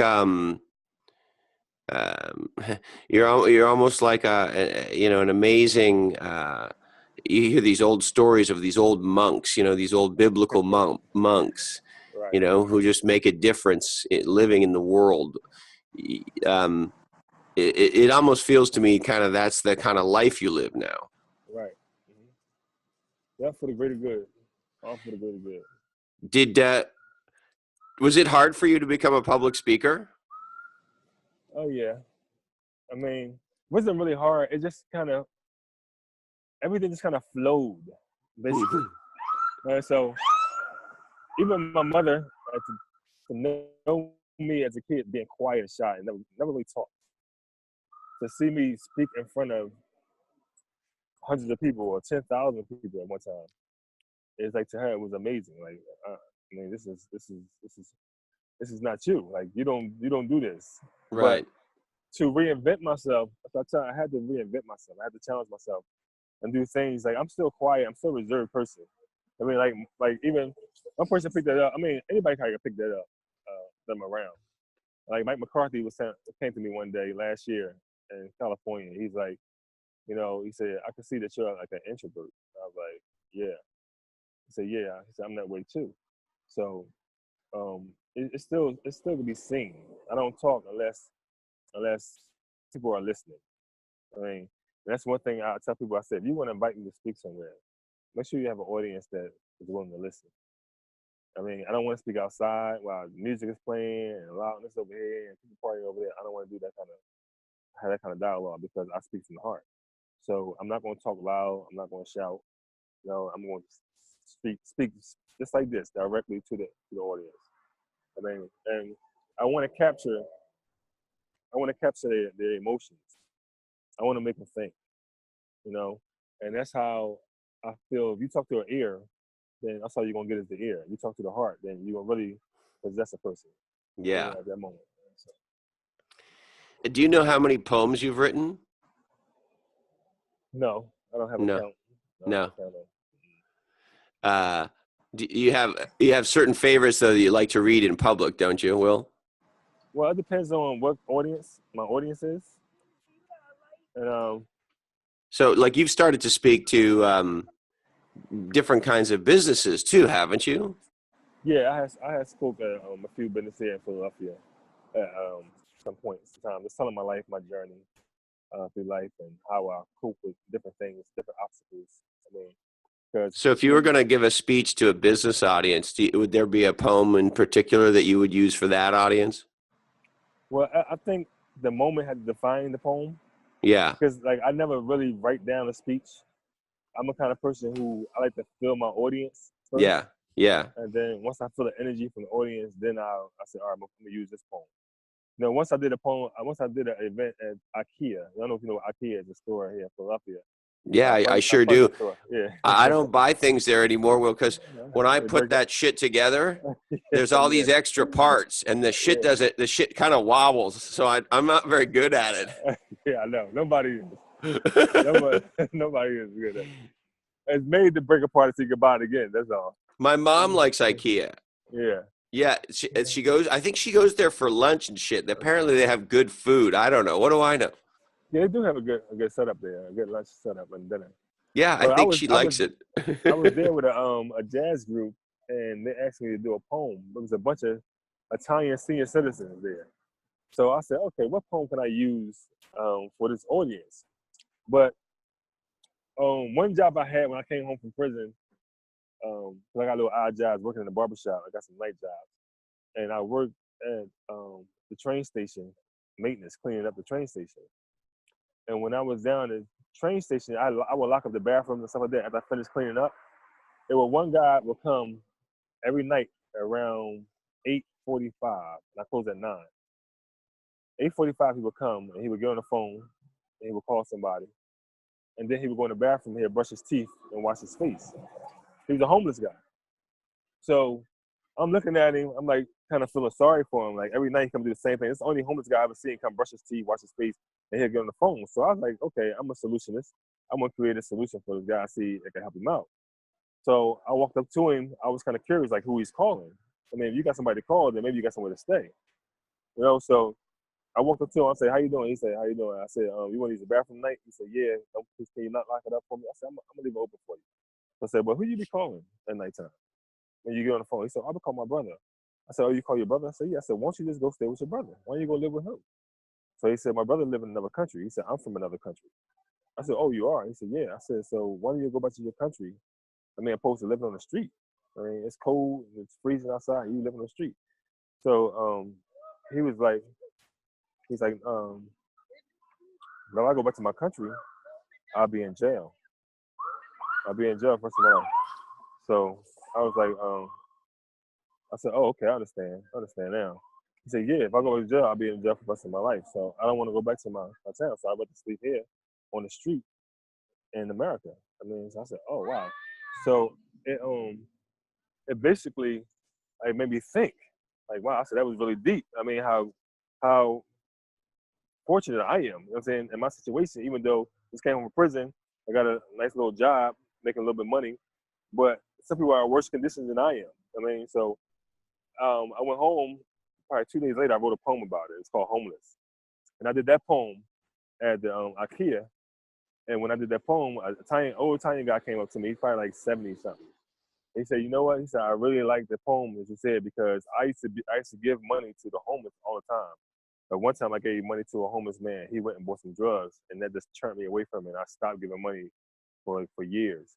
He said, "Because of this poem, I'm gonna start giving money back to the homeless."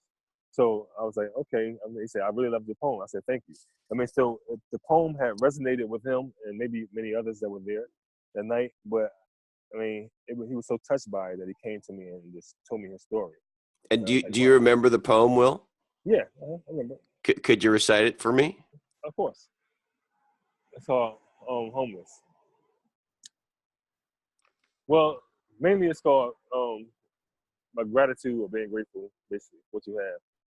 But a man roams the streets looking for something to eat and a place to sleep, not knowing where his next meal will come from, not knowing what the next day may bring him. He smells of a foul odor, so we stand clear of him. And it appears to him that death is near to him, so life is totally oblivious to him. We see him in the summertime sleeping on park benches, and in the winter, heat vents as he begs for change from strangers, showing us that life is strange, especially if you make the wrong change or choices. He talks to himself because his only friend is himself. But we think he's hearing voices. Not knowing that in this man's life, there's a sign and a lesson. If you look at his life and reflect upon yours, you'll see that your way of life has truly been a blessing. We may become cold sometimes, but we have heat. And we may hunger sometimes, but we eat. And we sleep on comfortable beds with brand names like Cool, Craftmatic, and Silly. Then you got the nerve to cry that life is hard or life is unfair, but ask yourself, is it really? Now, isn't that silly? Try sleeping on cardboard boxes and wearing ripped up boxes and clothes that have been funk in them for days. Try walking the streets in the summertime or the wintertime in a holy pair of sneaks, eating from the nearest trash can instead of eating at Fridays. His life is an example of how low you can go, one of the two extremes. You're either richer than rich or you're poorer than poor. And I just want to live in between. Be grateful. And that's the end of the poem. Wow. Well, that's awesome. Thank you. Thank you. You know what it makes me think? Have you done a spoken word album? No, I haven't. I haven't done that because poetry don't sell like that for real. But I know. I don't know. I hate to interrupt you. Look, here's what I do know as a podcaster now. Right. The cool thing is the cost of production and distribution is so low. It means, we can do this, right? Uh-huh. And, in the old days when you and I were kids, it would be really hard, maybe to find an audience. But it's a lot easier today for, content creator and content consumer, if you will, to find each other, right? Mm-hmm. And I don't know. I mean, I wouldn't be surprised if a bunch of people bought your spoken word record. Yeah, I mean, I'm not quite sure the possibility. A lot of artists here in Philadelphia, they do have CDs and stuff like that, but I just never took the time out to write a CD. I put my poem. I wrote an autobiography of my life, and some of the poems that I wrote are in my autobiography. Is it published somewhere I can buy it? Yeah, it's self-published, so it's not in the stores. Only I have them. I gotta get them reprinted up and stuff like that. I usually print them up, and then when I go speak, I take some books with me. Why wouldn't you sell them on Amazon, Will? I know. I was trying to set that up. I was really trying to set that up, but I just didn't know how to set it up. And I really ain't taking time out to really look into the internet to figure out how I can put my book online and people can buy it off of Amazon or. Yeah, look, I personally don't know how to do that because I'm, that's not my thing. But I know the people who do. I'd be willing to help you get that set up if you want to sell your books on Amazon. Yeah, that'd be great. That'd be great. Yeah. And I assume you wrote the book on a computer? Yeah, it's on a computer file. Yeah, so there would be a way to create a Kindle version of it as well, right? A digital version of it as well. Yeah. And again, I don't know the technical nuances of how to do it, but if you wanted to do an audio version of it, there'd be a way to do that. So, I'm willing to help you figure some of that shit out if you want. Okay, yeah, that's great. Because you need to be in the world. The other thing I think, I think this for a lot of smart people, but you're so compelling. I can't help but think you should have a podcast.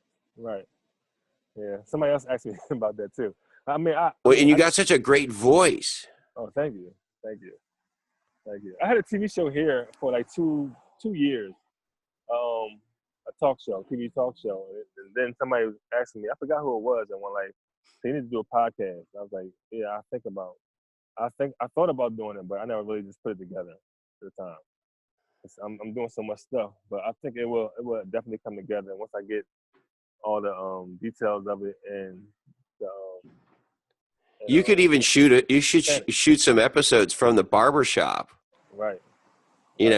I think that would be very cool. Yeah. And so how you're doing a bunch of speaking now, aren't you? No, not a bunch. I'm trying to do a bunch.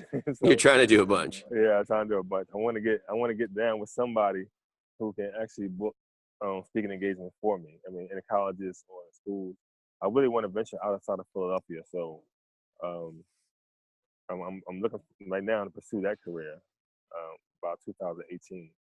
And I know Jeff Keller, me and him talked a while. He wanted to put me down with whatever organization that he's with, but they said they get back to me.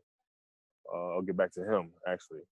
So now I'm trying to pursue other ventures where though I can get myself out there and people gonna book speaking engagements for me in schools or communities or whatever. Where it's needed, basically. Are you going to be at One Life this year Yes, I am. in Sacramento?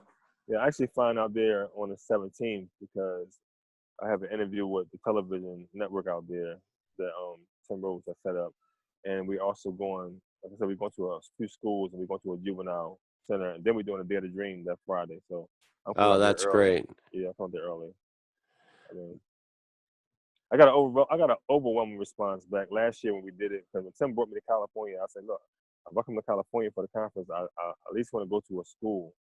I mean, if we can set that up, and that's Yeah. what they did. The CJ done set it up for me to go to a school, and Tim went with me. This is the first time ever hearing me speak because I did speak at One Life in Westchester, but he wasn't in my setting. It was a small breakout session. But her first time hearing me is when we went to the school, the juvenile, the middle school and the high school. I mean, so when he did that, he kind of seen like, wow, a response. The response was really great, and the principals, the counselor, the teachers, they all was in all of it. They loved it. They was like, well, we need you back here. And I was like, I'm from Philadelphia. They say, oh, we're from Philadelphia. I said, yeah. I said, but Tim's like, we'll be back here next year. So we're making that run back to the same schools because they definitely wanted me there again. I mean, and I know there are plenty of schools out there that need my services. I mean, I'm just trying to put it out there so I can hit some of those colleges up and some of those high schools that really, really need it, and those juvenile centers and places like that.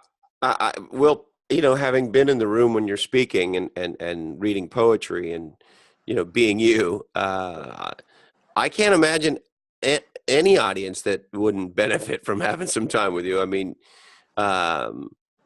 you are an uplifting and motivating person, and I'm in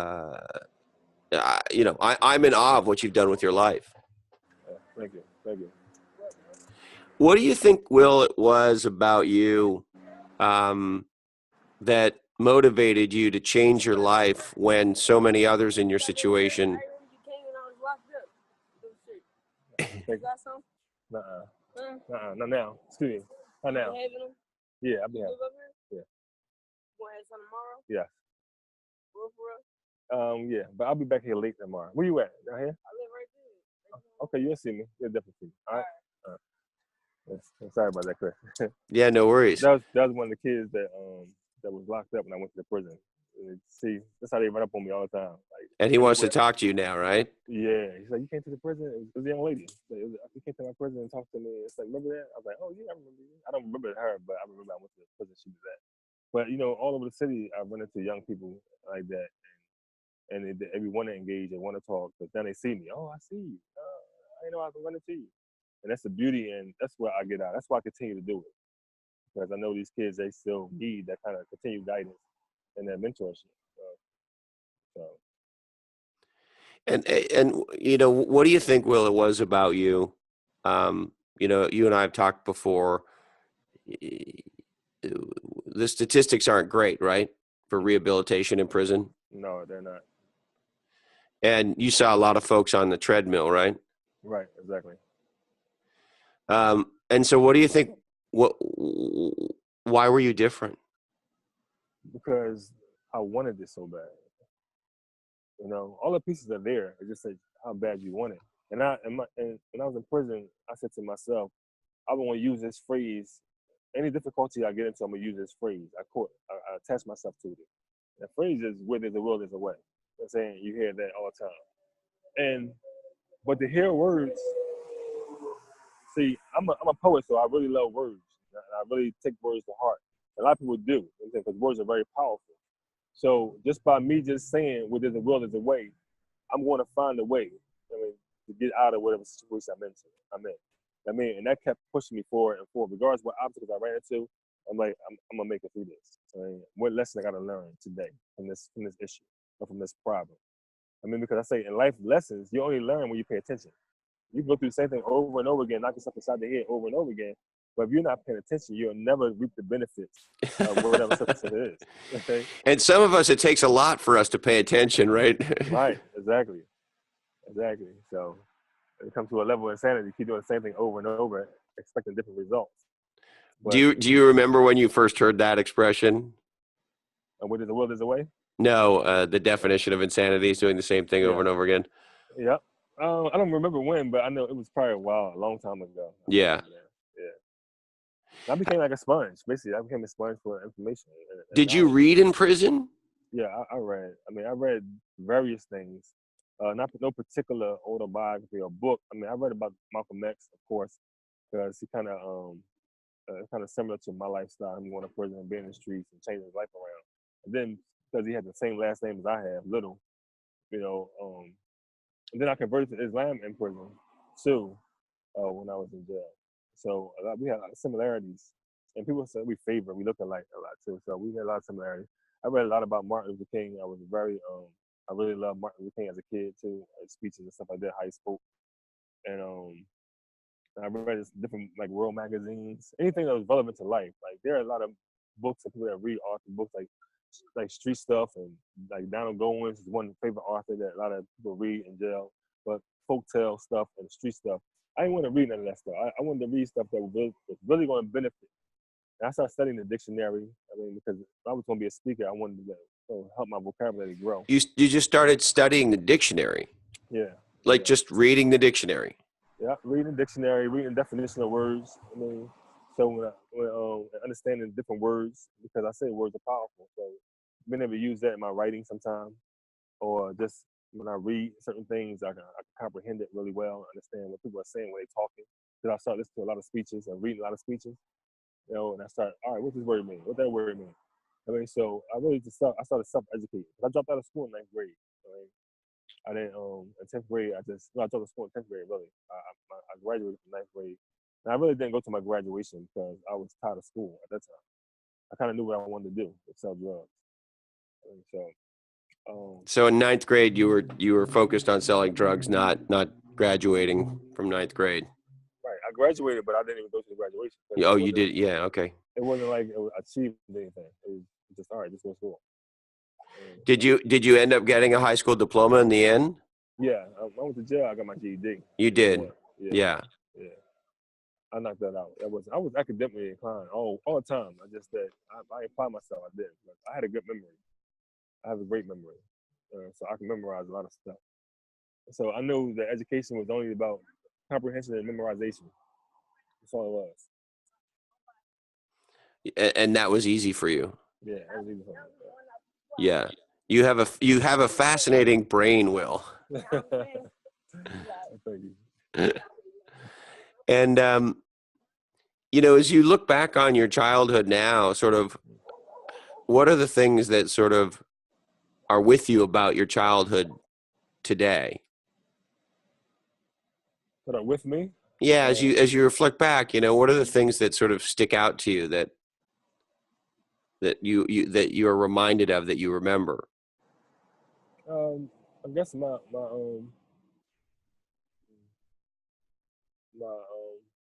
quietness, my humbleness, because I've always been laid back, I've always been quiet, and a thinker, except when I became emotional and angry, I didn't think, but I've always been a thinker, a deep thinker. So a lot of times I still take that on. I'm Aquarius, most Aquarius are thinkers anyway, they quiet time and space. So that's a few of the things that I take from my childhood, that I continue to still do, basically. And I'm just excited about the journey that I'm on. Like even now, like meeting guys like you, Tim, Jeff Hoffman, a lot of people at One Life, just coming to meet and those. And I just had a meeting with my family. I told them like 2 weeks ago. I talked to them about creating a better version of themselves, because we don't have this kind of conversation in our community with family. People are afraid of therapy. People don't want to express themselves or what they really feeling. And the trauma is really, really deep here because of so much violence going on. Most of everybody's been touched by violence some kind of way. So we don't deal with these things, and we don't deal with it it surfaces in other kind of ways, and most of the time it's violent or suicidal or alcoholism and drug abuse. So just having a real deep talk with my family, because if anybody know me personally, they did in my journey. And I was explaining to them that I was like, just just challenge yourself to do something different in life, to see how far you can go, potentially how far you can go with your life, how much you can change it. I mean, while you're still living. So I said, that's exactly what I've done. I mean, and you see where I'm at today. I said, even the people that I'm meeting people within minutes, like 4 or 5 minutes, and building a strong relationship with them.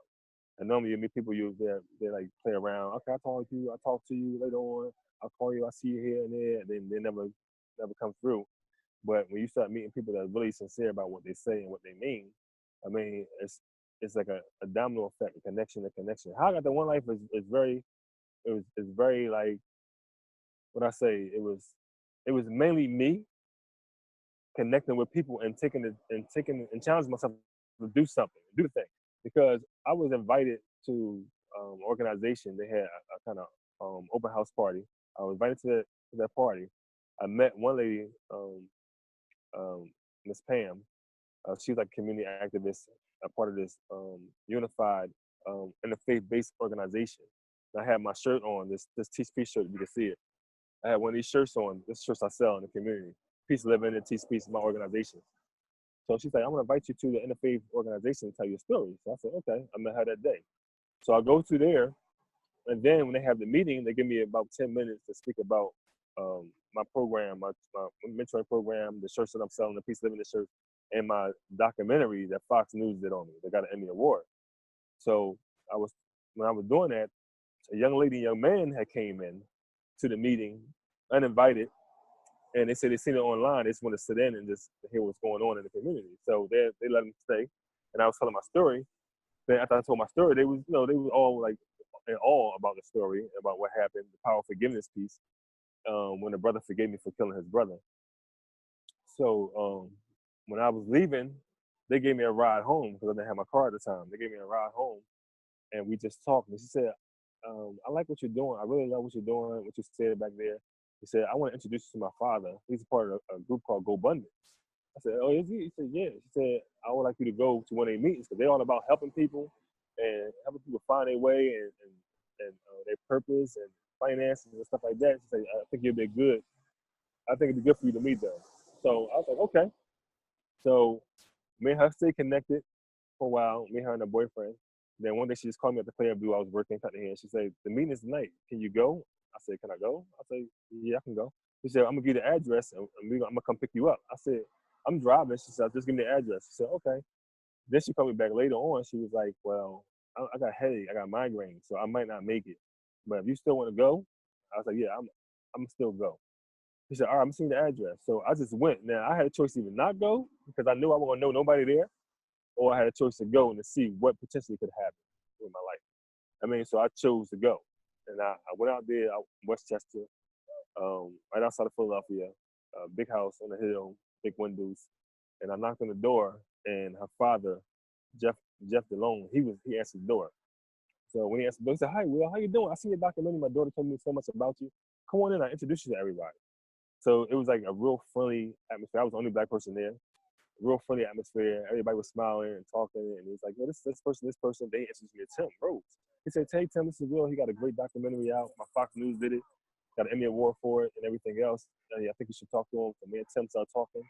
He liked what I was talking about. He said, "Yo, would you want to come to speak at the Westchester conference in One Life?" I was like, I don't care." He said, "Okay, come on out. Come talk," and gave me the dates and stuff like that. Then we just connected from then on. I just met everybody else. In California, I met more people, and it's just been a beautiful experience. I mean, so. Well, and Will, I'll never forget because I was on the other side of you meeting Tim, because Tim told me what it was like for him to meet you, and really, I think in the I don't know if it's quite been 15 years, but it's certainly been over a decade for sure that Tim and I have been adopted family. I don't think he's met anybody that he was more excited about I mean, he's met a lot of really awesome people that he tells me about all the time. I mean, and of course, we have a lot of awesome One Life success stories that he shares. Right. But meeting you was a very special thing for him, and I remember it distinctively. Wow. Yeah. Yeah. He often said we brothers from another mother. Yeah. Yeah. Real good guy. I really liked him. Real good guy. Well, he fucking loves you, man. He really does. And I can't wait to see you. I can't wait to see you in Sacramento at One Life. Yeah, likewise. Yeah, and I'm gonna have a very special buddy of mine, a guy that changed my life, a mentor of mine named Bix Bixon. Okay. And he's gonna come down, and you could describe my life as before Bix and after Bix. Wow. And we're gonna hopefully have a very special dialogue at One Life. But so that's gonna be very exciting, and I can't wait for you and Bix to meet. It's gonna be electricity. Yeah, looking forward to it. Yes. Yeah, he's a very smart guy, and philosophically, I think there'll be a lot that you guys connect on. Okay, that's good. So another big question I have for you, Will, is, as you're dealing with the situation you find yourself in prison, how do you, you talked about forgiveness. How do you deal with forgiveness, and how do you think about forgiveness?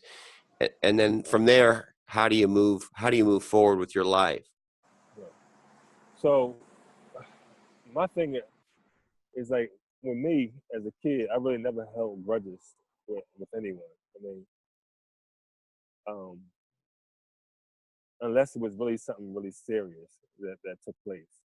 No, family members, no. My family, my friends, is like you can really do no wrong to me that I can't get over, basically. But other people, of course, the strangers, and that do something they violate, then of course I felt disrespected and I felt angry, and I wanted to do something about it. But as growing, as maturing, um, forgiveness is a major part. And I know a lot of people have been through some kind of suffering or some kind of traumatic experience through other people that haven't forgiven them yet. And I always tell a person who asks me about forgiveness is that, or forgiving somebody, I tell them that forgiveness is for yourself first. You have to forgive yourself first, and then work on forgiving the other person. I mean, and it comes to different realms of forgiveness. I mean, because I believe, like even with Terrence is a guy that I shot and killed. His brother is Clarence, and Clarence probably would never forgive me. Terrence and Clarence? Yeah, Clarence would never forgive me if I wasn't out in the community doing the work that I'm doing. And he haven't seen the work I was doing because he was stalking me for a while. I mean, under cars, hiding outside the barbershop. I mean, he told me one time he pulled the trigger of the gun, but it didn't go off on me. And he's like, something was just in your favor. Like I really was looking for find you. And the places he told me that he was at, I knew I was there. Those certain times. So he was not bullshitting. Right. That actually happened. Right. I mean, and he's older than me. I mean, so I know he was from the streets too as well. I mean, shot people before. I mean, so it ain't like he didn't shoot nobody before. He shot people before. He's in jail for aggravated assault and all that stuff like that. So, he was just telling me, like, as the story went on, he was just telling me face to face. We had our first conversation when he first walked in the barbershop and told me, "Yo, I forgive you." I never knew who he was because I didn't want to see who he was at the time. I was just focused on my life and just staying corrected because I didn't want to be in a point where it's though, okay, now I got to worry about somebody. Oh, I know how he looked, and I'm seeing his aggression, his anger. So now I got to be on defense. I'm gonna strike before he strikes. So I didn't want to be that way. So I didn't want to even know who he was. I mean, so the thing But was you that, could you feel him around you from time to time? well, I knew he was around from time to time because people would tell me that he's outside, boys outside, et cetera, et cetera.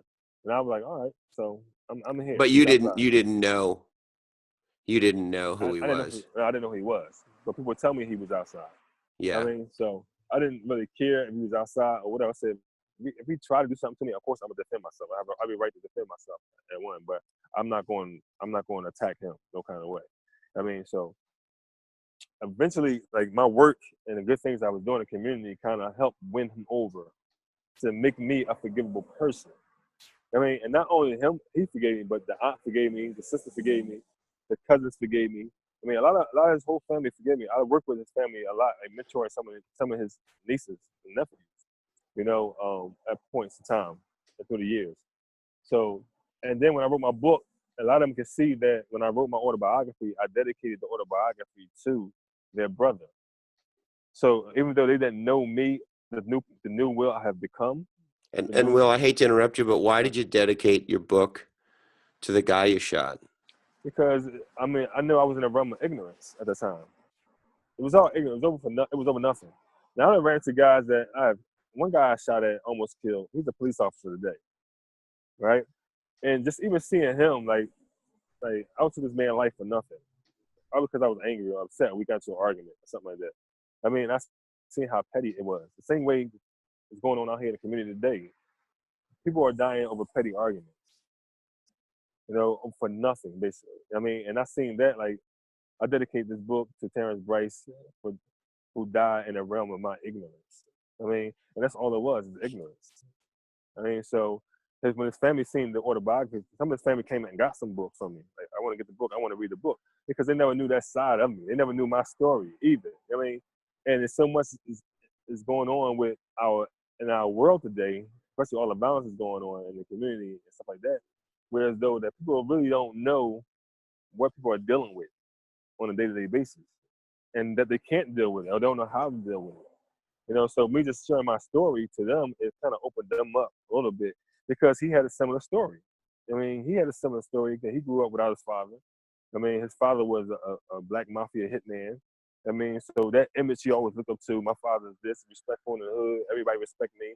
I mean, so it gave him a certain edge on his shoulder where though he can say or do what he wanted to do in the community. Everybody was scared of his dad because his dad was a hitman who wasn't locked up, who was still out in the street on a run. I mean, for 13 years. I mean, so what kind of the sins of the father the child would have to pay, and mainly, and that's part of the reason why I started giving back to the community. I mean, because I know I didn't want my children to suffer from the things I have done myself. I mean, and I see we've touched on that a little bit before. Right.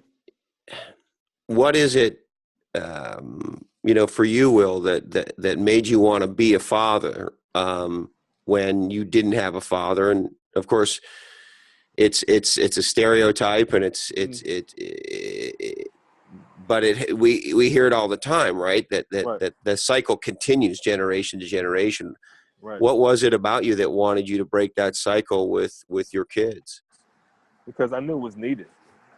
I mean, and I knew I needed it, so I definitely knew my son would need it. And so that's the reason why I wanted to change. I mean, I knew I was better than that. I mean, for one, I knew I was better.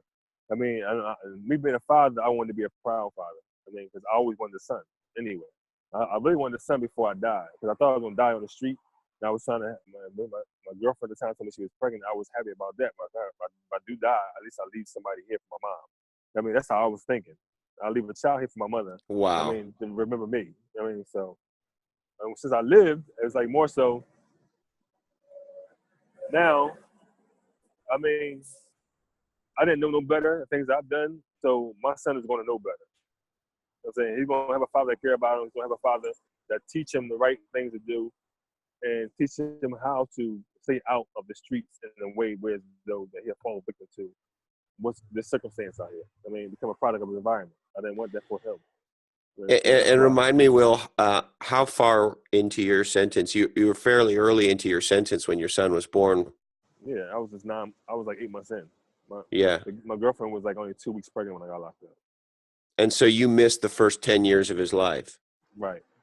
Yeah. Were you how much were you? I mean, I'm completely ignorant. How much were you able to see your family in jail? Well, when my son was born, I mean, my sister would bring him up all the time. Like every week, or every 2 weeks, they'll come up. My sister, my mom. And are you able to be together in the same room, or how does it work? Yeah, you can be in the same room, sitting next to each other and everything, hugging and all that stuff like that. Okay, that's cool. Yeah, you can hold a child. So it's not like what you see on TV where you're in between a horrible, piece of.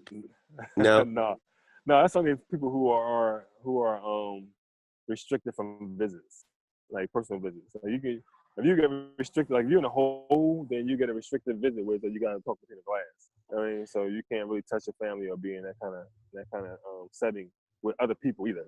But you So could hold your son. yeah, I can hold my son. I mean, you hug your wife and all that stuff like that. If you have one, I mean, you could be. It's close to personal. They understand the need. I mean, that is there, but some inmates can't get that because they don't get that privilege because of how they act or behave in jail. Basically. They get that taken away. Yeah, it get taken away. They might get their visits taken away for a while. Yeah. Yeah, And so, if this is rude, then you just give me a whack under the table. But no yeah. conjugal visits, I assume. No, I don't even if you're married, but we don't have kinds of visits in Philadelphia anyway. So, and other places they have because you're married. But I mean, some dudes they'll get it. They'll get Boy, it if there's ever a reason for marriage, that sounds like one right there. right. For sure. Not that there aren't others, of course. Yeah. Well, that's cool that you got to see him and you got to so you saw your family every couple of weeks or so. Yeah, every couple weeks until I went upstate. And once I went upstate, and you go upstate, it's like probably 5 or 6 hours away from Philadelphia, like upper Pennsylvania. And I wasn't with no hardship on them. So I was like, I'm okay. I had like probably, I guess, 7 to 8 years left when I left the county. And I was like, I'm okay. I said, I'll be all right. I just call you on the phone. I want no hardship. I know y'all struggling yourself, like working and have your own children. So I'm not gonna put my burden on you. I mean, I'm a man up, take responsibility for what I've done. And whatever you can do, you can go ahead and do if you want to, but I ain't gonna put no pressure on you. And some inmates, they put pressure on their family. Come see me. I want y'all to see me. I want y'all to see me money. No, I wanted the hard. I wanted my life hard in prison. I ain't want it easy. I mean, just so it could help me remember not to come back to this place. I mean, so I So didn't want nothing you easy. wanted to punish yourself in a sense in that way, or you? I just ain't want it easy. That's all. I was gonna do the time, and I ain't want the time to do me. I mean, I ain't want no. I wasn't gonna cry to my family and my mom. I was this person on the street, so how can I cry now? I mean, I gotta man up to my responsibility. So that's what I did. I mean, you ain't gotta come see me. I want y'all traveling 5 hours to get to me and see me for 5 hours and then travel 5 hours back home. Yeah. That was too much. I mean, so I didn't want to put that burden on them. I was like, I just write letters and I just call. I mean, simple as that. So you could still talk to them on the phone. Yeah. And they still come visit. I mean, because they wanted to see me. They miss me themselves, so they still drive up there and see me. And did you serve the rest of your sentence upstate? Yeah, I served the rest of the state. Yeah. And so how many years were you that far away from your family? About 7. Wow. So the majority of your sentence. Yeah. Fuck. So you're in jail, and now because it's a 10-hour drive because they moved you, you don't get to see your family that often anymore. Right. Yeah. How can you, I mean, I don't know. I could see that I could get very bitter about something like that. I don't hear any bitterness about anything from you. No, because I didn't leave with that residue. I left it all there. I left it out the prison. I mean, and the thing was more so that it's a psychological, like you really have to be mind strong in that place like that. Because I mean, you get beat, you get abused, you get called racial slurs. I mean, stuff like that, and restricted from certain things. You can't eat certain places. Riots jump out, you get locked down. All kinds of nonsense go on. You sleeping, you think you're home, you wake up in a dream, and you're still back in prison. Like all kind of psychological trauma that you go through too itself.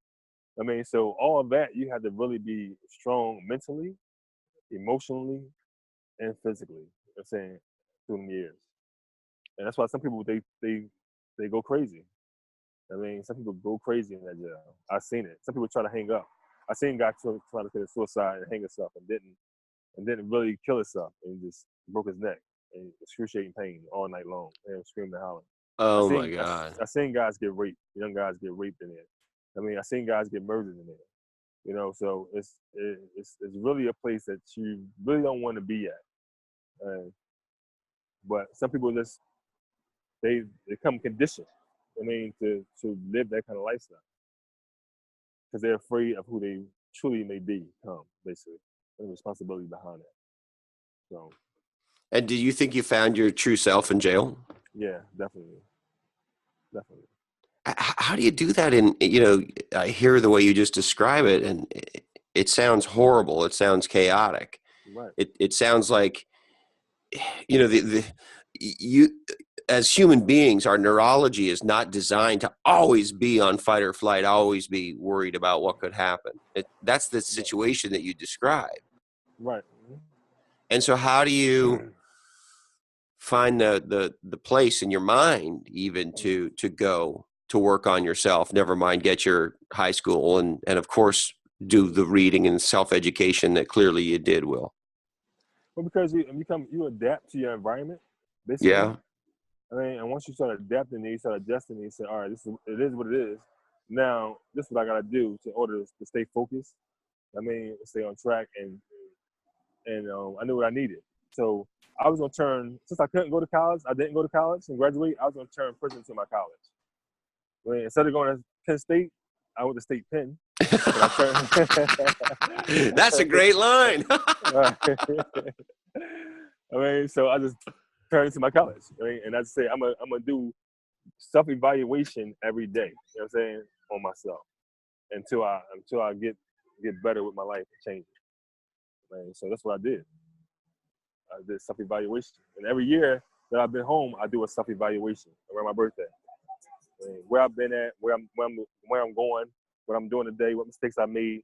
I mean, the time of me being out here, and just paying attention to my steps, the steps I take. And are you still a practicing Muslim? Yes, indeed. And how has that made a difference for you? So spirituality plays a great part in any individual life. I mean, because there are three aspects of life: there's mental, physical, and spiritual. I mean, and you gotta have a balance. And I knew, like, I grew up in a church. I mean, I was in church every day as a kid, basically. A Christian church? Yeah, Christian Yeah. church. Yeah. So that was already instilled in me. My grandmother was a great, a major preacher out of Virginia. I mean, my family got churches in South Carolina and North Carolina. I mean, so we come from a real religious background already. So during my incarceration, I was going to church then, still, but I always had questions about the foundation of my faith. I mean, being a Christian, and as a kid, I had these kind of same questions about, Jesus being the Son of God, or Jesus being God, or the Trinity and stuff like that. That never rested well with me as a kid. And then as I got older, so I should be able to understand it now. That I'm older, I'm 19, 20. I mean, so in prison, I was going to the preachers and I was asking certain questions because I really wanted to understand, I mean, life at the time. Like, and I was really searching at the time. And ironically, I didn't really like Muslims either. I mean, so because of most of the guys that went in jail that were Muslim, they were more so like, using that as protection or a means to be a tough guy in a prison, and I hated that. I mean, so I didn't really like Muslims either because of how people acted. So a friend of mine gave me a Quran. One of my best friends, actually my co-defendant, he gave me a Quran, and I just put the Quran in my cell. I never opened it up. I never read it. So I was still going to church and everything else because I know everybody became Muslim for all the wrong reasons, just to have a fancy name or just to be a part of the in crowd. And I was never a guy that wanted to be a part of the in crowd. I could be by myself, right? So I was going to church, and just one day I just heard a Muslim and a Christian, one of the guys that went to church with me, they weren't arguing, they was having a nice conversation about Jesus and Mary and God. So I was really eavesdropping. I was acting like I wasn't listening, but I was listening. So Sneaking in, huh? Yeah, right. Because I was curious and what they know, but I really wanted my fellow Christian brother really to beat the argument, basically. I mean, so I memorized like verses of the Bible. I mean, especially the Gospels. I memorized a lot of verses in the Gospels. Like, all right, hit this verse on it. Hit that verse. I'm saying in my head, hit this verse on it. Hit this verse on it. Because now it's like a battle.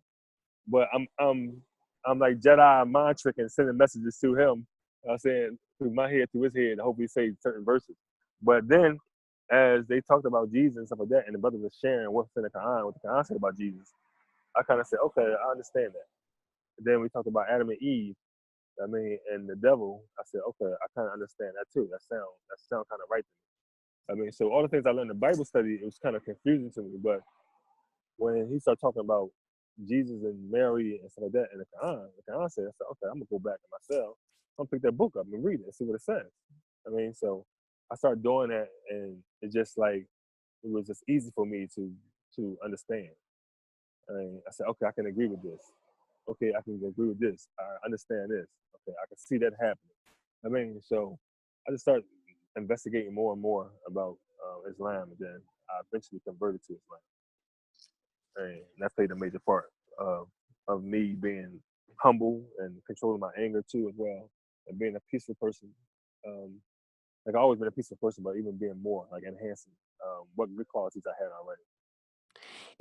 It sounds funny to hear somebody who was in a gang at 15 carrying a gun shooting at people to say I've always been a peaceful person.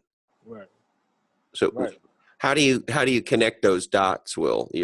That the person that you were then with thinking, well, I've always been a peaceful person. See, because reality is that everybody in a natural state, like when you're a child, 5 or 6 years old, your natural state, you are a good person. You are a humble person. You are a peaceful person, right? Yes, You're for not sure. racist. You're not any of these things. But No. it's your environment that changes your mentality, your perception of how you see things. I mean, and the things that you go through, not learning how to deal with it, also fuels that. I mean, so like I said, I was always a peaceful person. I never really started trouble with nobody. I just justified the things I've done to people who did things to me. I see. Right?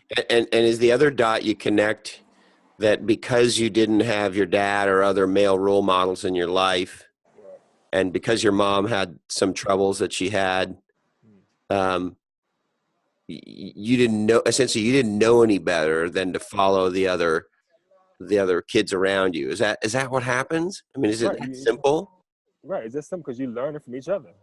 I mean, they're teaching you and you're teaching them, and ignorance is teaching ignorance. Nobody really has a light on anything, so we all in the dark. I mean, so when he said, "Oh, this is what a man do. This is how you have sex," and all that stuff, I could learn from my friends. I mean, even dealing with females. I mean, so you learn that from your friends. The last stuff I learned from my sisters is being around them too, as well. On the female side about women, but other stuff, manly stuff. I mean, our friends, we were teaching each other, and none of us really knew anything. And so that's just how it was. And then you grow up, and then you had other older guys who we thought knew something, that we looked up to because they had nice cars and fancy, but they was teaching us something, but they didn't know nothing either. Come to realize it. I mean, so it was just as just kept feeding into like ignorance over top of ignorance, basically. I mean, so as I grew older, like I said, I started learning more. I said, wow, that I was the streets lied to me. I mean, The streets lied to you. exactly. And what do you think the lie was? The lie was the fact that you can become successful, or you can be feared, and it's better to be feared than loved. You can be successful just selling drugs, and you can hurt people and it's okay. I mean, you could be the man, you could be looked up to, and everybody respect you, and they see you got nice clothes on, all the material things in life. I mean, but you have no value. You know what I'm saying? So everything was on the outside growing, but the inside was dying. I mean, so you really like hollow inside. And I always equate that to myself. Like when I used to watch the VA commercial. Remember the VA commercial? The guy would walk down the street and be leaning to the side. You ever see that commercial? I don't think It's, so. it's like an 80s commercial. It was like a VA commercial in the 80s. And the guy be walking down the street and he's leaning to the side, like, oh, he's off balance. He had no balance Okay. with that. So when he drank the V8 drink, it puts him back on, it erects his feet up. And he's walking on balance then. I mean, so The one I remember was, at the end they go, I could have had a V8. That was the one I remember. Yeah. That's the So most famous he's one. leaning over, and after he has his V8, he straightens himself out. Straight up, exactly. I mean, So you finally had your V8. Right, exactly. But how the fuck do you find the V8 in prison? The prison sounds like a terrible place to find peace and happiness and yourself and forgiveness and everything else for that matter. Well, I'm telling you this, right? A piece of coal look like a piece of coal until it's shaped into a diamond, right? Yeah. So that's what it is. You're a piece of coal, but it chisels you into that diamond that you became. And you shared with me before that you always felt there was something more for you, Will, because I'm so fascinated with,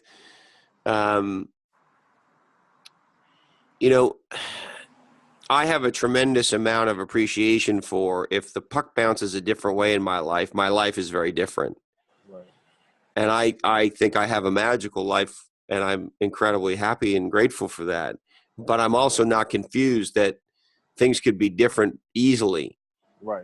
And there are a lot of people who do, who work hard and do whatever, and it doesn't turn out for us. So I try to hold that very closely. And I actually, it's never far from my mind.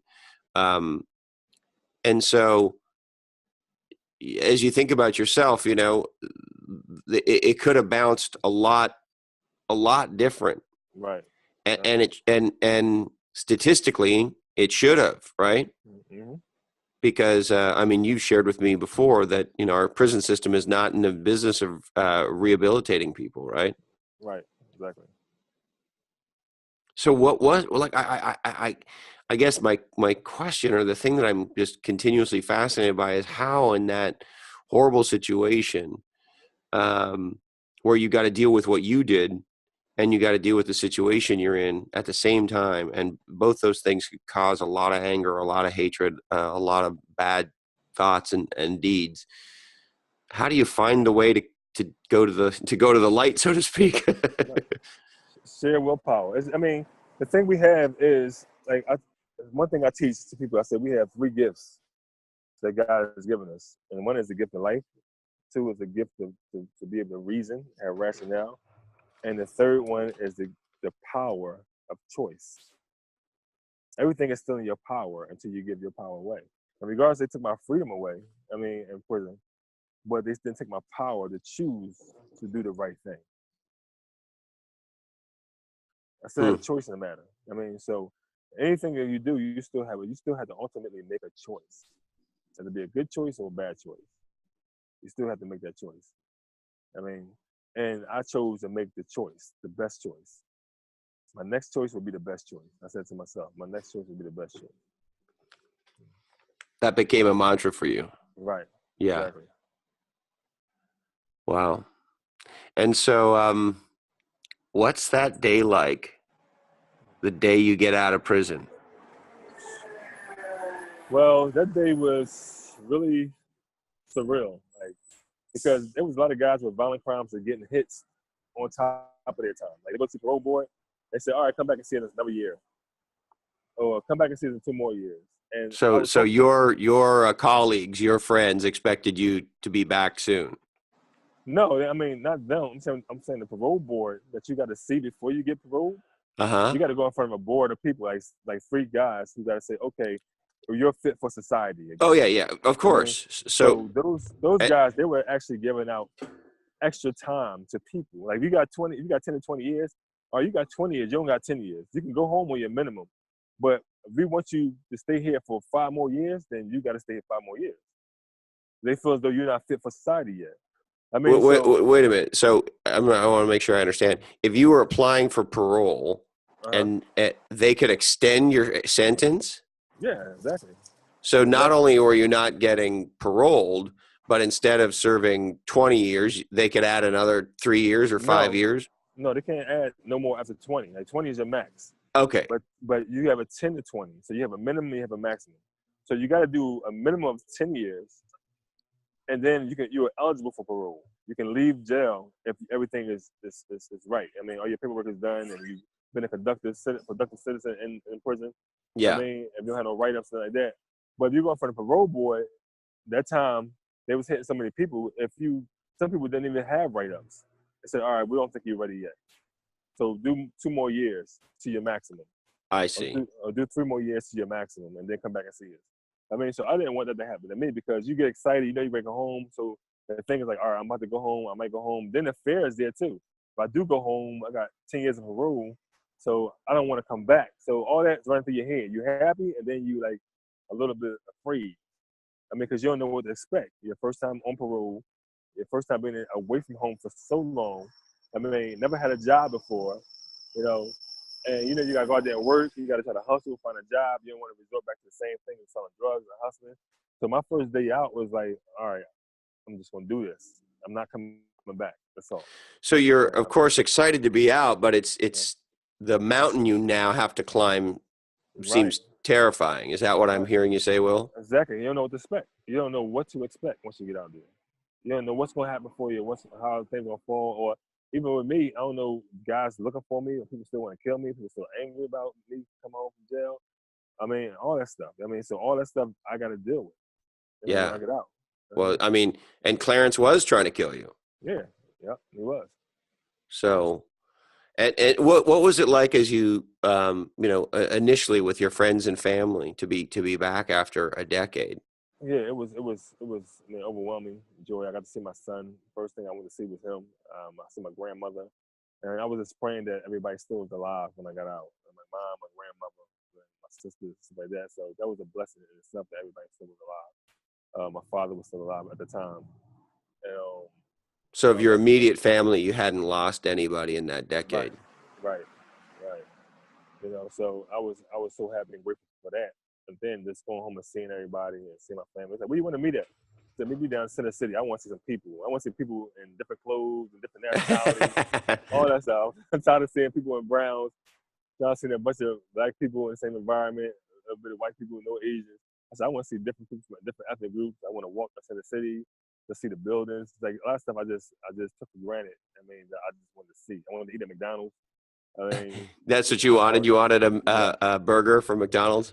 Yeah, I wanted the breakfast. I wanted the pancakes and all that stuff. Like I did Oh earlier. yeah, I Right. like So, that. I yeah. like that McMuffin sausage sandwich too. I like that a lot. Oh, yeah, I don't eat McDonald's anymore. So, but Oh, I don't eat there that often, but I every don't eat once in a while I want one of those. But I don't eat fast food at all anymore. But you wanted one of those breakfasts. yeah, I wanted the breakfast. I want something different from the prison food, basically. The Philly cheesesteak definitely wanted one of those. And but I had to go to a halfway house, so I wasn't really free totally. I still had to go to a halfway house and do like 7 months there. I mean, so you're still like, And what happens inside a halfway house? How does that work? well, you have to. They make you work. You got to get a job because you got to pay for your room and board. And then you have a curfew, and you got to go through programs while you're there. And if you get any kind of violation, you're going back to jail. So it's still jail. I mean, you're not really free, So it's just a stepping stone to get you prepared to come out in society again and be free. So because I've been in jail so long, they definitely want to give me a halfway house. So 7 months. I mean, I was released like 9 years. So 9 years I got home, and then 7 months I had to stay in the halfway house. I mean, And and I got did you find it was helpful or not? Or I mean, yeah. what was your experience of the It was halfway house? it was definitely helpful. A lot of people always blame the halfway house for them setting them up and sending them back to jail. There's a lot of stuff you hear. So you like, okay, I hope I don't get set up going to a halfway house. And a lot of things you hear, you think that may happen to you. But I came there, it was like easy. It was easy for me. I mean, I did what I had to do. That's all. And I see Yeah. that if you just do what you have to do, then it'll But be a you felt cakewalk. that the program was helpful. Right. I mean, because it helped me save money and stuff like that. It gave me a place to stay. I mean, during the meantime, so I can get out until I got on my feet, and then it kept me out of trouble. So like a person like me really probably didn't need it. I mean, but people who like addicted to drugs, they might have needed it because they need special supervision. I mean, I didn't really need a supervision because I mean, I was always focused on what I was going to do. You were supervising yourself at that point. Yeah, You were exactly, not kidding, right? exactly. I mean, so it kind of helped me out in the long run. I mean, and then the POs I had like probably 10 different POs. I mean, some can be really really nasty, and some can be okay. I mean, but the ones I had, I mean, I always had a good rapport with them, so they didn't mind me traveling because I was boxing. I turned to a professional fighter, so I was traveling boxing and stuff like that. How Point in long my did life. you box, Will? I was in the box for like 3 years until I got injured. Yeah, I took a knee injury, so it kind of took me out the game of boxing because I took like a year and a half to heal up. Yeah. And How then old were you when you got out of prison? You were 29? 29, yeah, 29, yeah. Yeah. So, and were you boxing in prison as well? No, I was always working out, getting in shape, training because I knew if I wanted to make money, I had to figure out what I was going to do to make money, and boxing was one of the ways that I thought I could make money. So So you were getting yourself ready physically. yeah, right. Yeah, that's what Was I there did. any boxing or any martial arts at all in the prison? Yeah, it was. It was boxing teams in Philly. I mean, after a certain point, they cut all the activities out and they cut the college courses out because now the government, we got a new government, and he just changed all of it up. He just took all of it away from the inmates. So there was no kind of, it was basketball still was there. I mean, you could travel from prison to prison playing basketball, but no more boxing. Nothing Hmm. that you thought you could pay yourself to beat up guards or fight guards or whatever. It's like that. I Right. mean, once you really being able to defend yourself so well, so good. So, They thought teaching you guys to beat the shit out of them might be a bad idea after all. yeah. And did you play basketball? Yeah, I play basketball. Yeah. Yeah. How tall are you? I'm 6'1". Yeah, I thought Tight, you were maybe a little taller than me. Yeah. You look more impressive than me. And how long now has it been since you got out? 19 years. Wow. 20 years in January. Hey, what are you going to do for 20 years, Will? I mean, I'm patting myself on the back, and just share with my Facebook friends. My 20th year out in prison, to return back to jail. I mean, because a lot of people they need to hear that. I mean, a lot of guys. I start putting on my Facebook page. It's not really to boast or brag about the things that I accomplished. It's to show people it can be done. I mean, and that's what I want to show people. That's why people reach out to me like, Will did it. I'll talk to Will. You come home from jail. Talk to Will. This and that. So I get a lot of people trying to come to me and talk to me. I mean, look, maybe, of course, I'm stating the obvious, but I think one of the reasons people love you is you did things and as a result ended up in a place, both physically, mentally, and spiritually, that, is a bad place and that most of us can't imagine, right? Right. And so, look, you tell me if this isn't fair, but you're in a very bad place and you were doing bad things. Right. Mm-hmm. Like very bad things, right? Right. And so I think the thing that is incredible is, how does somebody who goes to that place literally do a 180 and go to the complete opposite place and become this loving, giving, literally poetic, inspiring, alive, passionate, incredible man, right, who you spend most of your time when you're not cutting hair giving back, don't you? Right. Yep. Definitely. And so it's just a fascinating thing, I think, for most people. It sure as hell is for me, that you would be that person and somehow wake up and decide, I'm going to be this person. And the thing that's most fascinating to me about that is, for the early part of my life, I didn't know you could design your life, Will. Wow. So you said, life, that God gives us life, reason, and choice, if I remember correctly. Right.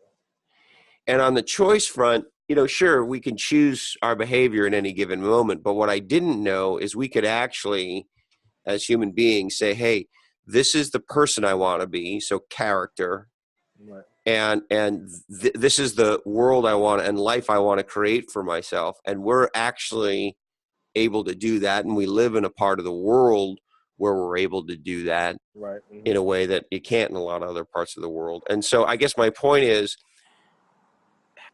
I'm inspired by anybody who proactively makes a decision, has the discipline, and creates the life of their choosing. That's a conversation that I will forever be fascinated in. Right. And I think the thing that is most remarkable about you, for most people, and certainly for me, I can only speak for myself, is you were at one of the worst places a human being can be, that I can imagine being in.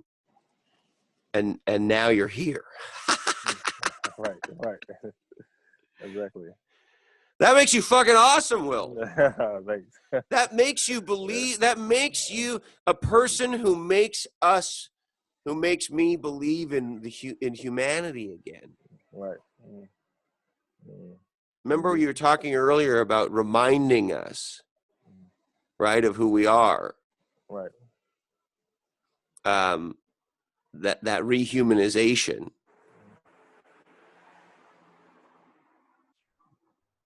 Definitely. Yeah. And so what are you most excited about for the future, Will? I'm just excited about just branching out. I mean, I have a lot of things going on, some projects coming. It's going to be awesome. And I have a documentary that should be done by next year, maybe HBO or Netflix. So definitely going to get my message out there to a broader audience. And that's all I'm And are taking you are you in discussions with those folks now? Yes.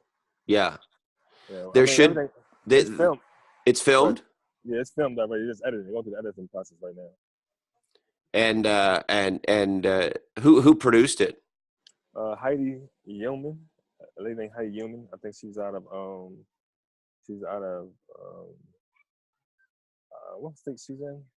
Somewhere in the West Coast. I can't remember what state it is though. And how did she find you, and how did she decide that she wanted to make this documentary about your life, Will?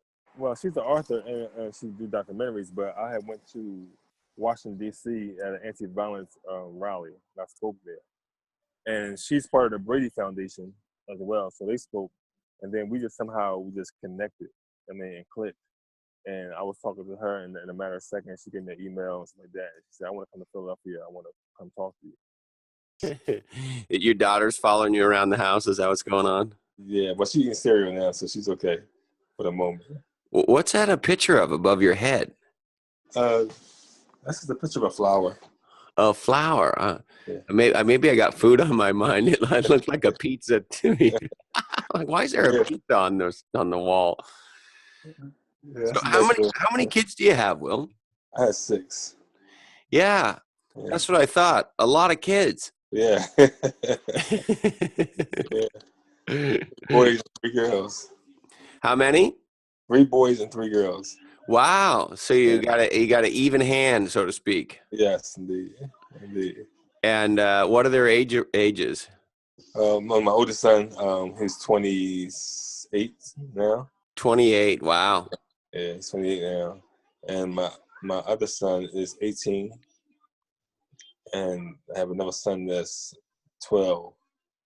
And then I have a daughter that's 11, 9, and my youngest daughter 3. And so how do you juggle these 6 kids? Well, I mean, I'm with them all the time. Not all of them at one time, but at least I have my daughter every day. I take her to school and stuff like that. And my sons, I definitely stay in contact with them. I mean, working. I train my other son, 18-year-old. I train him in the gym. Train him in boxing? Yeah, he wants to be a boxer. So your 18-year-old? Yeah. Yeah. How's he doing? He's doing good. He's a quick learner, you know. So he ain't had no bouts yet. We just started like the beginning of January. Okay. I mean, so he's a real quick learner, just like me. And I wanted to see if he wanted to take it serious first before I really got into it with him. And he's taking it serious. So he's training and everything else. And can he throw some good combinations now? Yeah. He's strong. He's very well built. Like he has my anatomy. So a lot of guys. He's built like an ox. Yeah. So a lot of guys tell him in the gym, like, you know, because there's some trainers in there that box when I box.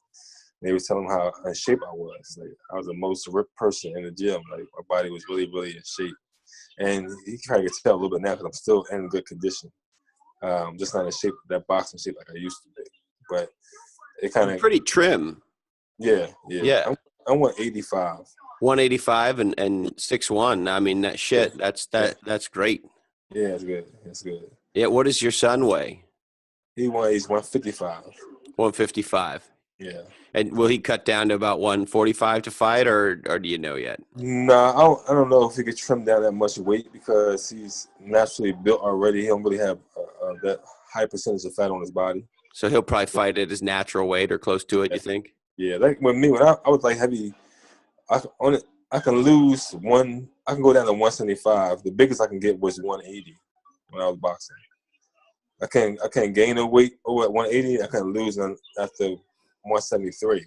Wow. And so your body likes a tight range. Yeah, because I had no fat on my body. I mean, so I had nothing to burn off. Yeah. And so I boxed at my natural walking weight, and most of the guys I fought, they were bigger than me because they're weigh in at 175, 178. But the night of the fight, they'd be like 190. Yeah. So. But you know, the thing I wondered, like, there's no other sport in the world other than fighting where you take an elite athlete who's trained for, well, years, but been in camp for 8 to 10 weeks, right? Right. And to get themselves in elite condition as well as their skills and the right, right level of skill, all that. But and then the week before the contest, you starve your body and you do all this crazy shit to deplete your body, and so you've destroyed yourself Right. for a week ahead of time, right? I mean, some Yeah. fighters are cutting 20 pounds. Yeah. Yep. Yeah, it's crazy. I know there's a lot of people in both martial arts and boxing that are trying to push for trying to get gals and guys to fight at their natural weight. Right. Yeah, because it's definitely, I know it has some kind of effect on the body to be going up and down in weight and drying out and all this other stuff they go through to just to lose to make weight. I mean, Yeah.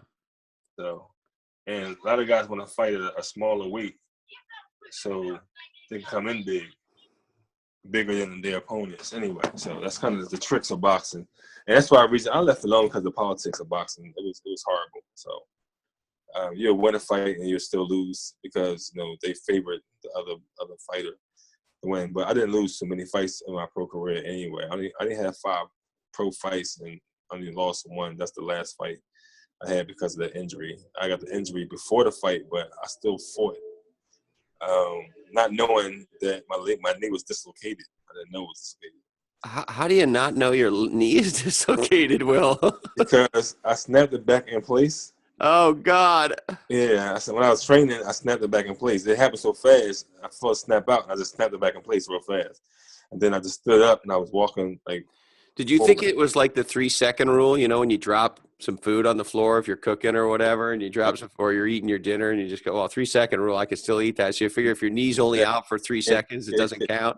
Exactly. It really happened because I was training so much for the fight. I didn't want nothing to happen to me that I can't take the fight because now I need the money because I stopped work. I wasn't working to train, So yeah. Either I work or I train. And how much were you getting for the fight? Do you remember? Well, probably $1,500. A small purse. I was a beginner, so yeah. As you begin, as your career grows and your money grows, So. Did you have a nickname? Yeah, the infamous Will Little. The infamous. Yeah. Yeah, I like that. The MMA fighter Conor McGregor, of course, right? Yeah, right. Right. They call him the Notorious. Uh-huh. So the infamous, I like that. The infamous Will Little. And did they call you Willie or Will or what did they call you? Will. Will. Yeah. Yeah. I like that. You must have been infamous. Yeah.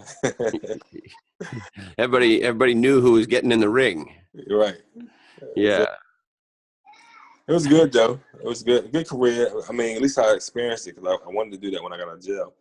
And the first fight was on TV. My first fight. Oh wow. Yeah, it was live on TV at the Bally's Casino in Atlantic City. Mm-hmm. So I mean, really, they was bringing me in as an opponent, and for the other guy because when they got guys, they promoting, they try to bring in scrubs so they can beat them up and look real good on TV. Yeah, you were supposed to be the guy that gets beat up. Right, exactly. But I changed that. And you beat this guy up. Yeah, I beat him up. Did you knock him out? Nah, I just beat him up real bad. I mean, I wanted the ref to stop the fight. They wouldn't stop the fight. But how many rounds was the fight? It was 4 rounds. You start off with 4 rounds first, yeah. Yeah. But his eye was so swollen, like all his blood was in his eye. I didn't want to bust it. I mean, punch him in the eye and bust it.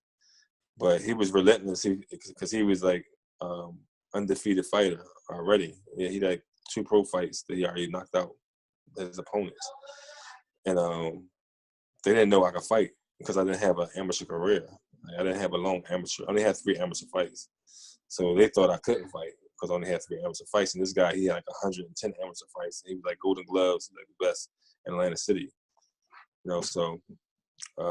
So how did you beat a Golden Glover in Atlantic City when you only had a couple of fights under your a couple of amateur fights under your belt in your pro debut? I mean, you were supposed to be the easy peasy, right? Well, I had a good trainer, and I'm a quick learner. And Were you fast or like what were your? No, I had man. Well, one thing you gotta have is heart to come along with all that. Yeah. A lot of fighters, they give up in the fight in the ring. I'm saying no matter how good they are, they might still give up. Well, But it sucks getting punched in the face. yeah, but you become immune to it. I mean, Yeah. you become immune to it. Don't punch it, you don't even feel them. Unless a person really go punch. You know what I mean? And I had good defense, so I wasn't really worried about getting hit. So you could slip a punch pretty well. Yeah, slip it or catch it. Yep. I mean, or get out the ways. That's the thing people forget about those big boxing gloves, right? If you can see it and you can move quickly enough, you can actually catch it. But see, you know what? They don't teach defense. They teach all offense. I mean, Yeah. that's why you see them gladiator fights. That's why Mayweather's so successful, because he got great defense. You can't hit him. He's not there. Right. And you lose confidence when you can't hit a person. You know, so that's the thing. What it is, the defense makes the fight. I mean, so I trained my son, like, you got to have a great defense. That's why you ain't got to worry about nobody punching on you that can punch real hard, or somebody's real quick and then taking your confidence away from you because you got good defense. Yeah. But yeah, that was the key. I mean, the key of winning. And after that, so you're in the gym regularly now with him. Yeah, regularly we go in at least I'm in there with him at least 3 times a week. He goes like 5, and then I have like my cousin that takes over when I'm not there, training them, because I be working on Thursday and Friday, so they are busy days. So I don't leave work. And like Monday. And do you still train yourself as well? I train that way. You like to hit pads and you hit the bag and stuff. Yeah, stay in shape. Yeah. Yeah, I bet it would suck to get punched in the face by you. Yeah, so I keep my hands to myself. Well, I'd like to train with you next time we're together. Okay. We're going to be together in Sacramento. Maybe we can. It'll be interesting to see if we could find a little bit of time. And find a gym somewhere. Yeah. Because that gym there is nothing in that gym. It's probably not. Well, and the other thing too, have you done this? When you do like boxing or martial arts training in a hotel gym, it freaks people the fuck out. Have you noticed that? No, I never did it in the hotel. No. Even just like moving around, even if you're just shadow boxing, or even if you're doing, because we do things, of course, that it's pretty obvious what we're training for, right? Right. And it freaks people the fuck out. I've noticed, and if you're like in a business hotel or whatever, or you're on the road somewhere, and they'd be amazed. They'd be amazed that you go, you're a badass. Oh yeah, I know. Well, I don't know. I guess the tattoos and the bald head and like, I don't know. It's not, I've learned to just not, if I'm going to do it, I just freak people out because I got to get it done and fuck them, or I try to be sensitive and not freak people out. But right. That's where I'm at. I'll be sensitive enough not to do nothing like in front of people. Just do the workout that's there. That's little free weights and stuff like that. Yeah, well, you're a better man than I am, I think. And then, we got the book, we got the documentary coming out, hopefully next year. Right. And when do you think you'll know when it'll be available? The documentary? Yeah. Well, I know they're in process now. They got to be done by December in order to be in the Robert De Niro's film festival. Oh, the Tribeca Film Festival? Yeah. So that's the biggest one, they said, in the country. So they're gonna put it's in that, and then once they get done with their, they would do a LA premiere in LA, and they do a premiere in New York of the documentary. And it's me and 3 other people in the documentary from across the country. And what's it called? It's called Behind the Bullet. Behind the Bullet. Yeah, it's mainly about people who actually committed murder and now where they are in their life today, and what they're dealing with, their suffering and stuff like that. And one of the guys I know is a guy who shot his brother by mistake, and how he's coping with that now, living his life. And one is a lady who I think she shot her husband or something like that, killed her husband. And I forgot who the third person was. Well, aren't you the third person? No, it's 4. Oh, there's 4. Yeah. Hey, listen, no one said there was going to be math, Will. Yeah. exactly. Uh, and this may sound like a weird question, but what's it like to be known for that? No, for what? Known for killing somebody? Well, I mean, I think a lot of people really in this community love the way I become because I ain't take it to a point where as though I'm walking around with this macho image, like I'm a killer. Like most people use it to their advantage. I mean, and to me, it's not, it don't prove that I'm a tough guy to me. I mean, so even during the time when it happened, I mean, a lot of people are afraid of me because I was a quiet, silent type, and they just didn't know what to expect from me. And I can see that, but even today, now, it's like those memories are. I'm not known for that now. I'm also known for what I'm doing today. I mean, and then most people who run into me, they can't believe I was in jail. You know, like, I don't believe he's in jail. Well, for that, for murder, what? I mean, so they couldn't see that, and that there's no residue of me of the streets or prison. And that's the thing that I really love, that the transformation in my life is a complete transformation because nobody can really know. Like, you know, people who've been in jail before, you can look at them and say, you've been in jail before, or how you act, or how you walk. I mean, and most people will brag about something like that. I mean, like people, like rappers brag about when they rap songs. I got killers with me. I got this and that. I mean, so that don't mean anything to me. I mean, to have that kind of title. I mean, that don't make me who I am. I make who I am. You know. I love it. It, it's amazing to me how the identification we have with ourself, or the relationship we have with ourself, Right. everything starts there. And I know that's obvious, but if that's not who you are for you, then you're free to design your life, right? Right. And to be who you want to be. Right. Exactly. And the interesting thing is, of course, because you've your audio and video, if we tip our hat to our friend Matty A, because your audio and video match, that's not what you're identified as anymore. Right. Right. Exactly. Yeah. Yeah. And so, so we got the movie. Obviously, you got your book out. You're starting to do some branch out a little bit of public speaking. Right. And what else are you excited about as you kind of look forward, Will? Well, I look forward to you know, a movie on my life one day. Yeah. Motion picture. Who do you want to play you in the movie? Um, I think Justin Bieber, you're thinking maybe? he can play young me, probably. uh, but maybe in my old me, it's probably Will Smith more than likely, because he's Yeah. a Philadelphia resident, and we do favor a lot. Although you just called him old, so maybe he won't want to do it now. Yeah, the old me, like, he can play. He can't play the teenage me. He can play the 20-year-old me. But he Yeah. can probably play the 40-year-old, 45-year-old me. Yeah. But yeah, most likely Will Smith. Yeah.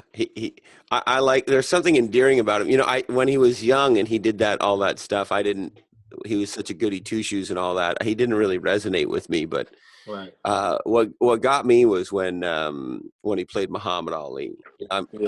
I'm not a big celebrity guy. I don't know who most of them are and all that sort of stuff, but he did such an amazing, I thought he He paid nailed tribute. He paid tribute to Muhammad Ali.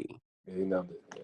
Yeah, did you enjoy that movie? I liked it. Yeah. Yeah, well, I mean, you're a boxer, Hmm.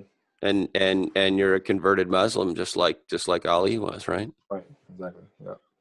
Yeah, I love it. So Will Smith in the movie, Hmm. For sure. and obviously you want to do some more public speaking. Yeah, definitely. I do want to travel a lot in different Yeah, cities and different communities and speak. yeah. Well, the world needs you, Will. Yeah. And is there anything else before we wrap up, brother?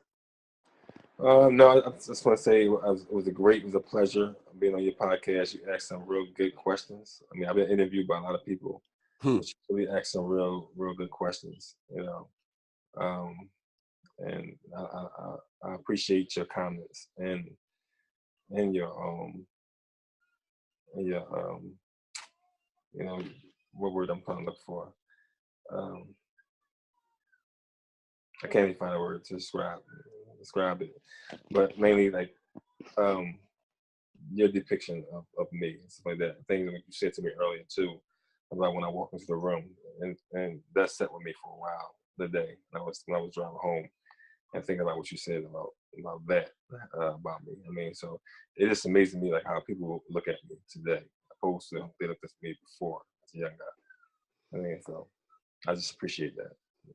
Yeah. Well, you're very welcome, Will. And I think you're an incredible inspiration. I'm so glad you're in my life. I'm so glad that, you know, you told that story about how you almost didn't go to the GoBundance event, right? And of course didn't meet all those guys, and ultimately didn't meet Tim, and then you wouldn't have been part of One Life, and et cetera, et cetera. And then of course you wouldn't be part of my life. And I know in the One Life world, uh, I mean, you're a living legend. I mean, people are can't wait to see you at One Life. And so you're just so magnanimous in the world. I can't thank you enough, man. It's so great getting to know you. So great hanging out with you. Thank you so much for this time today.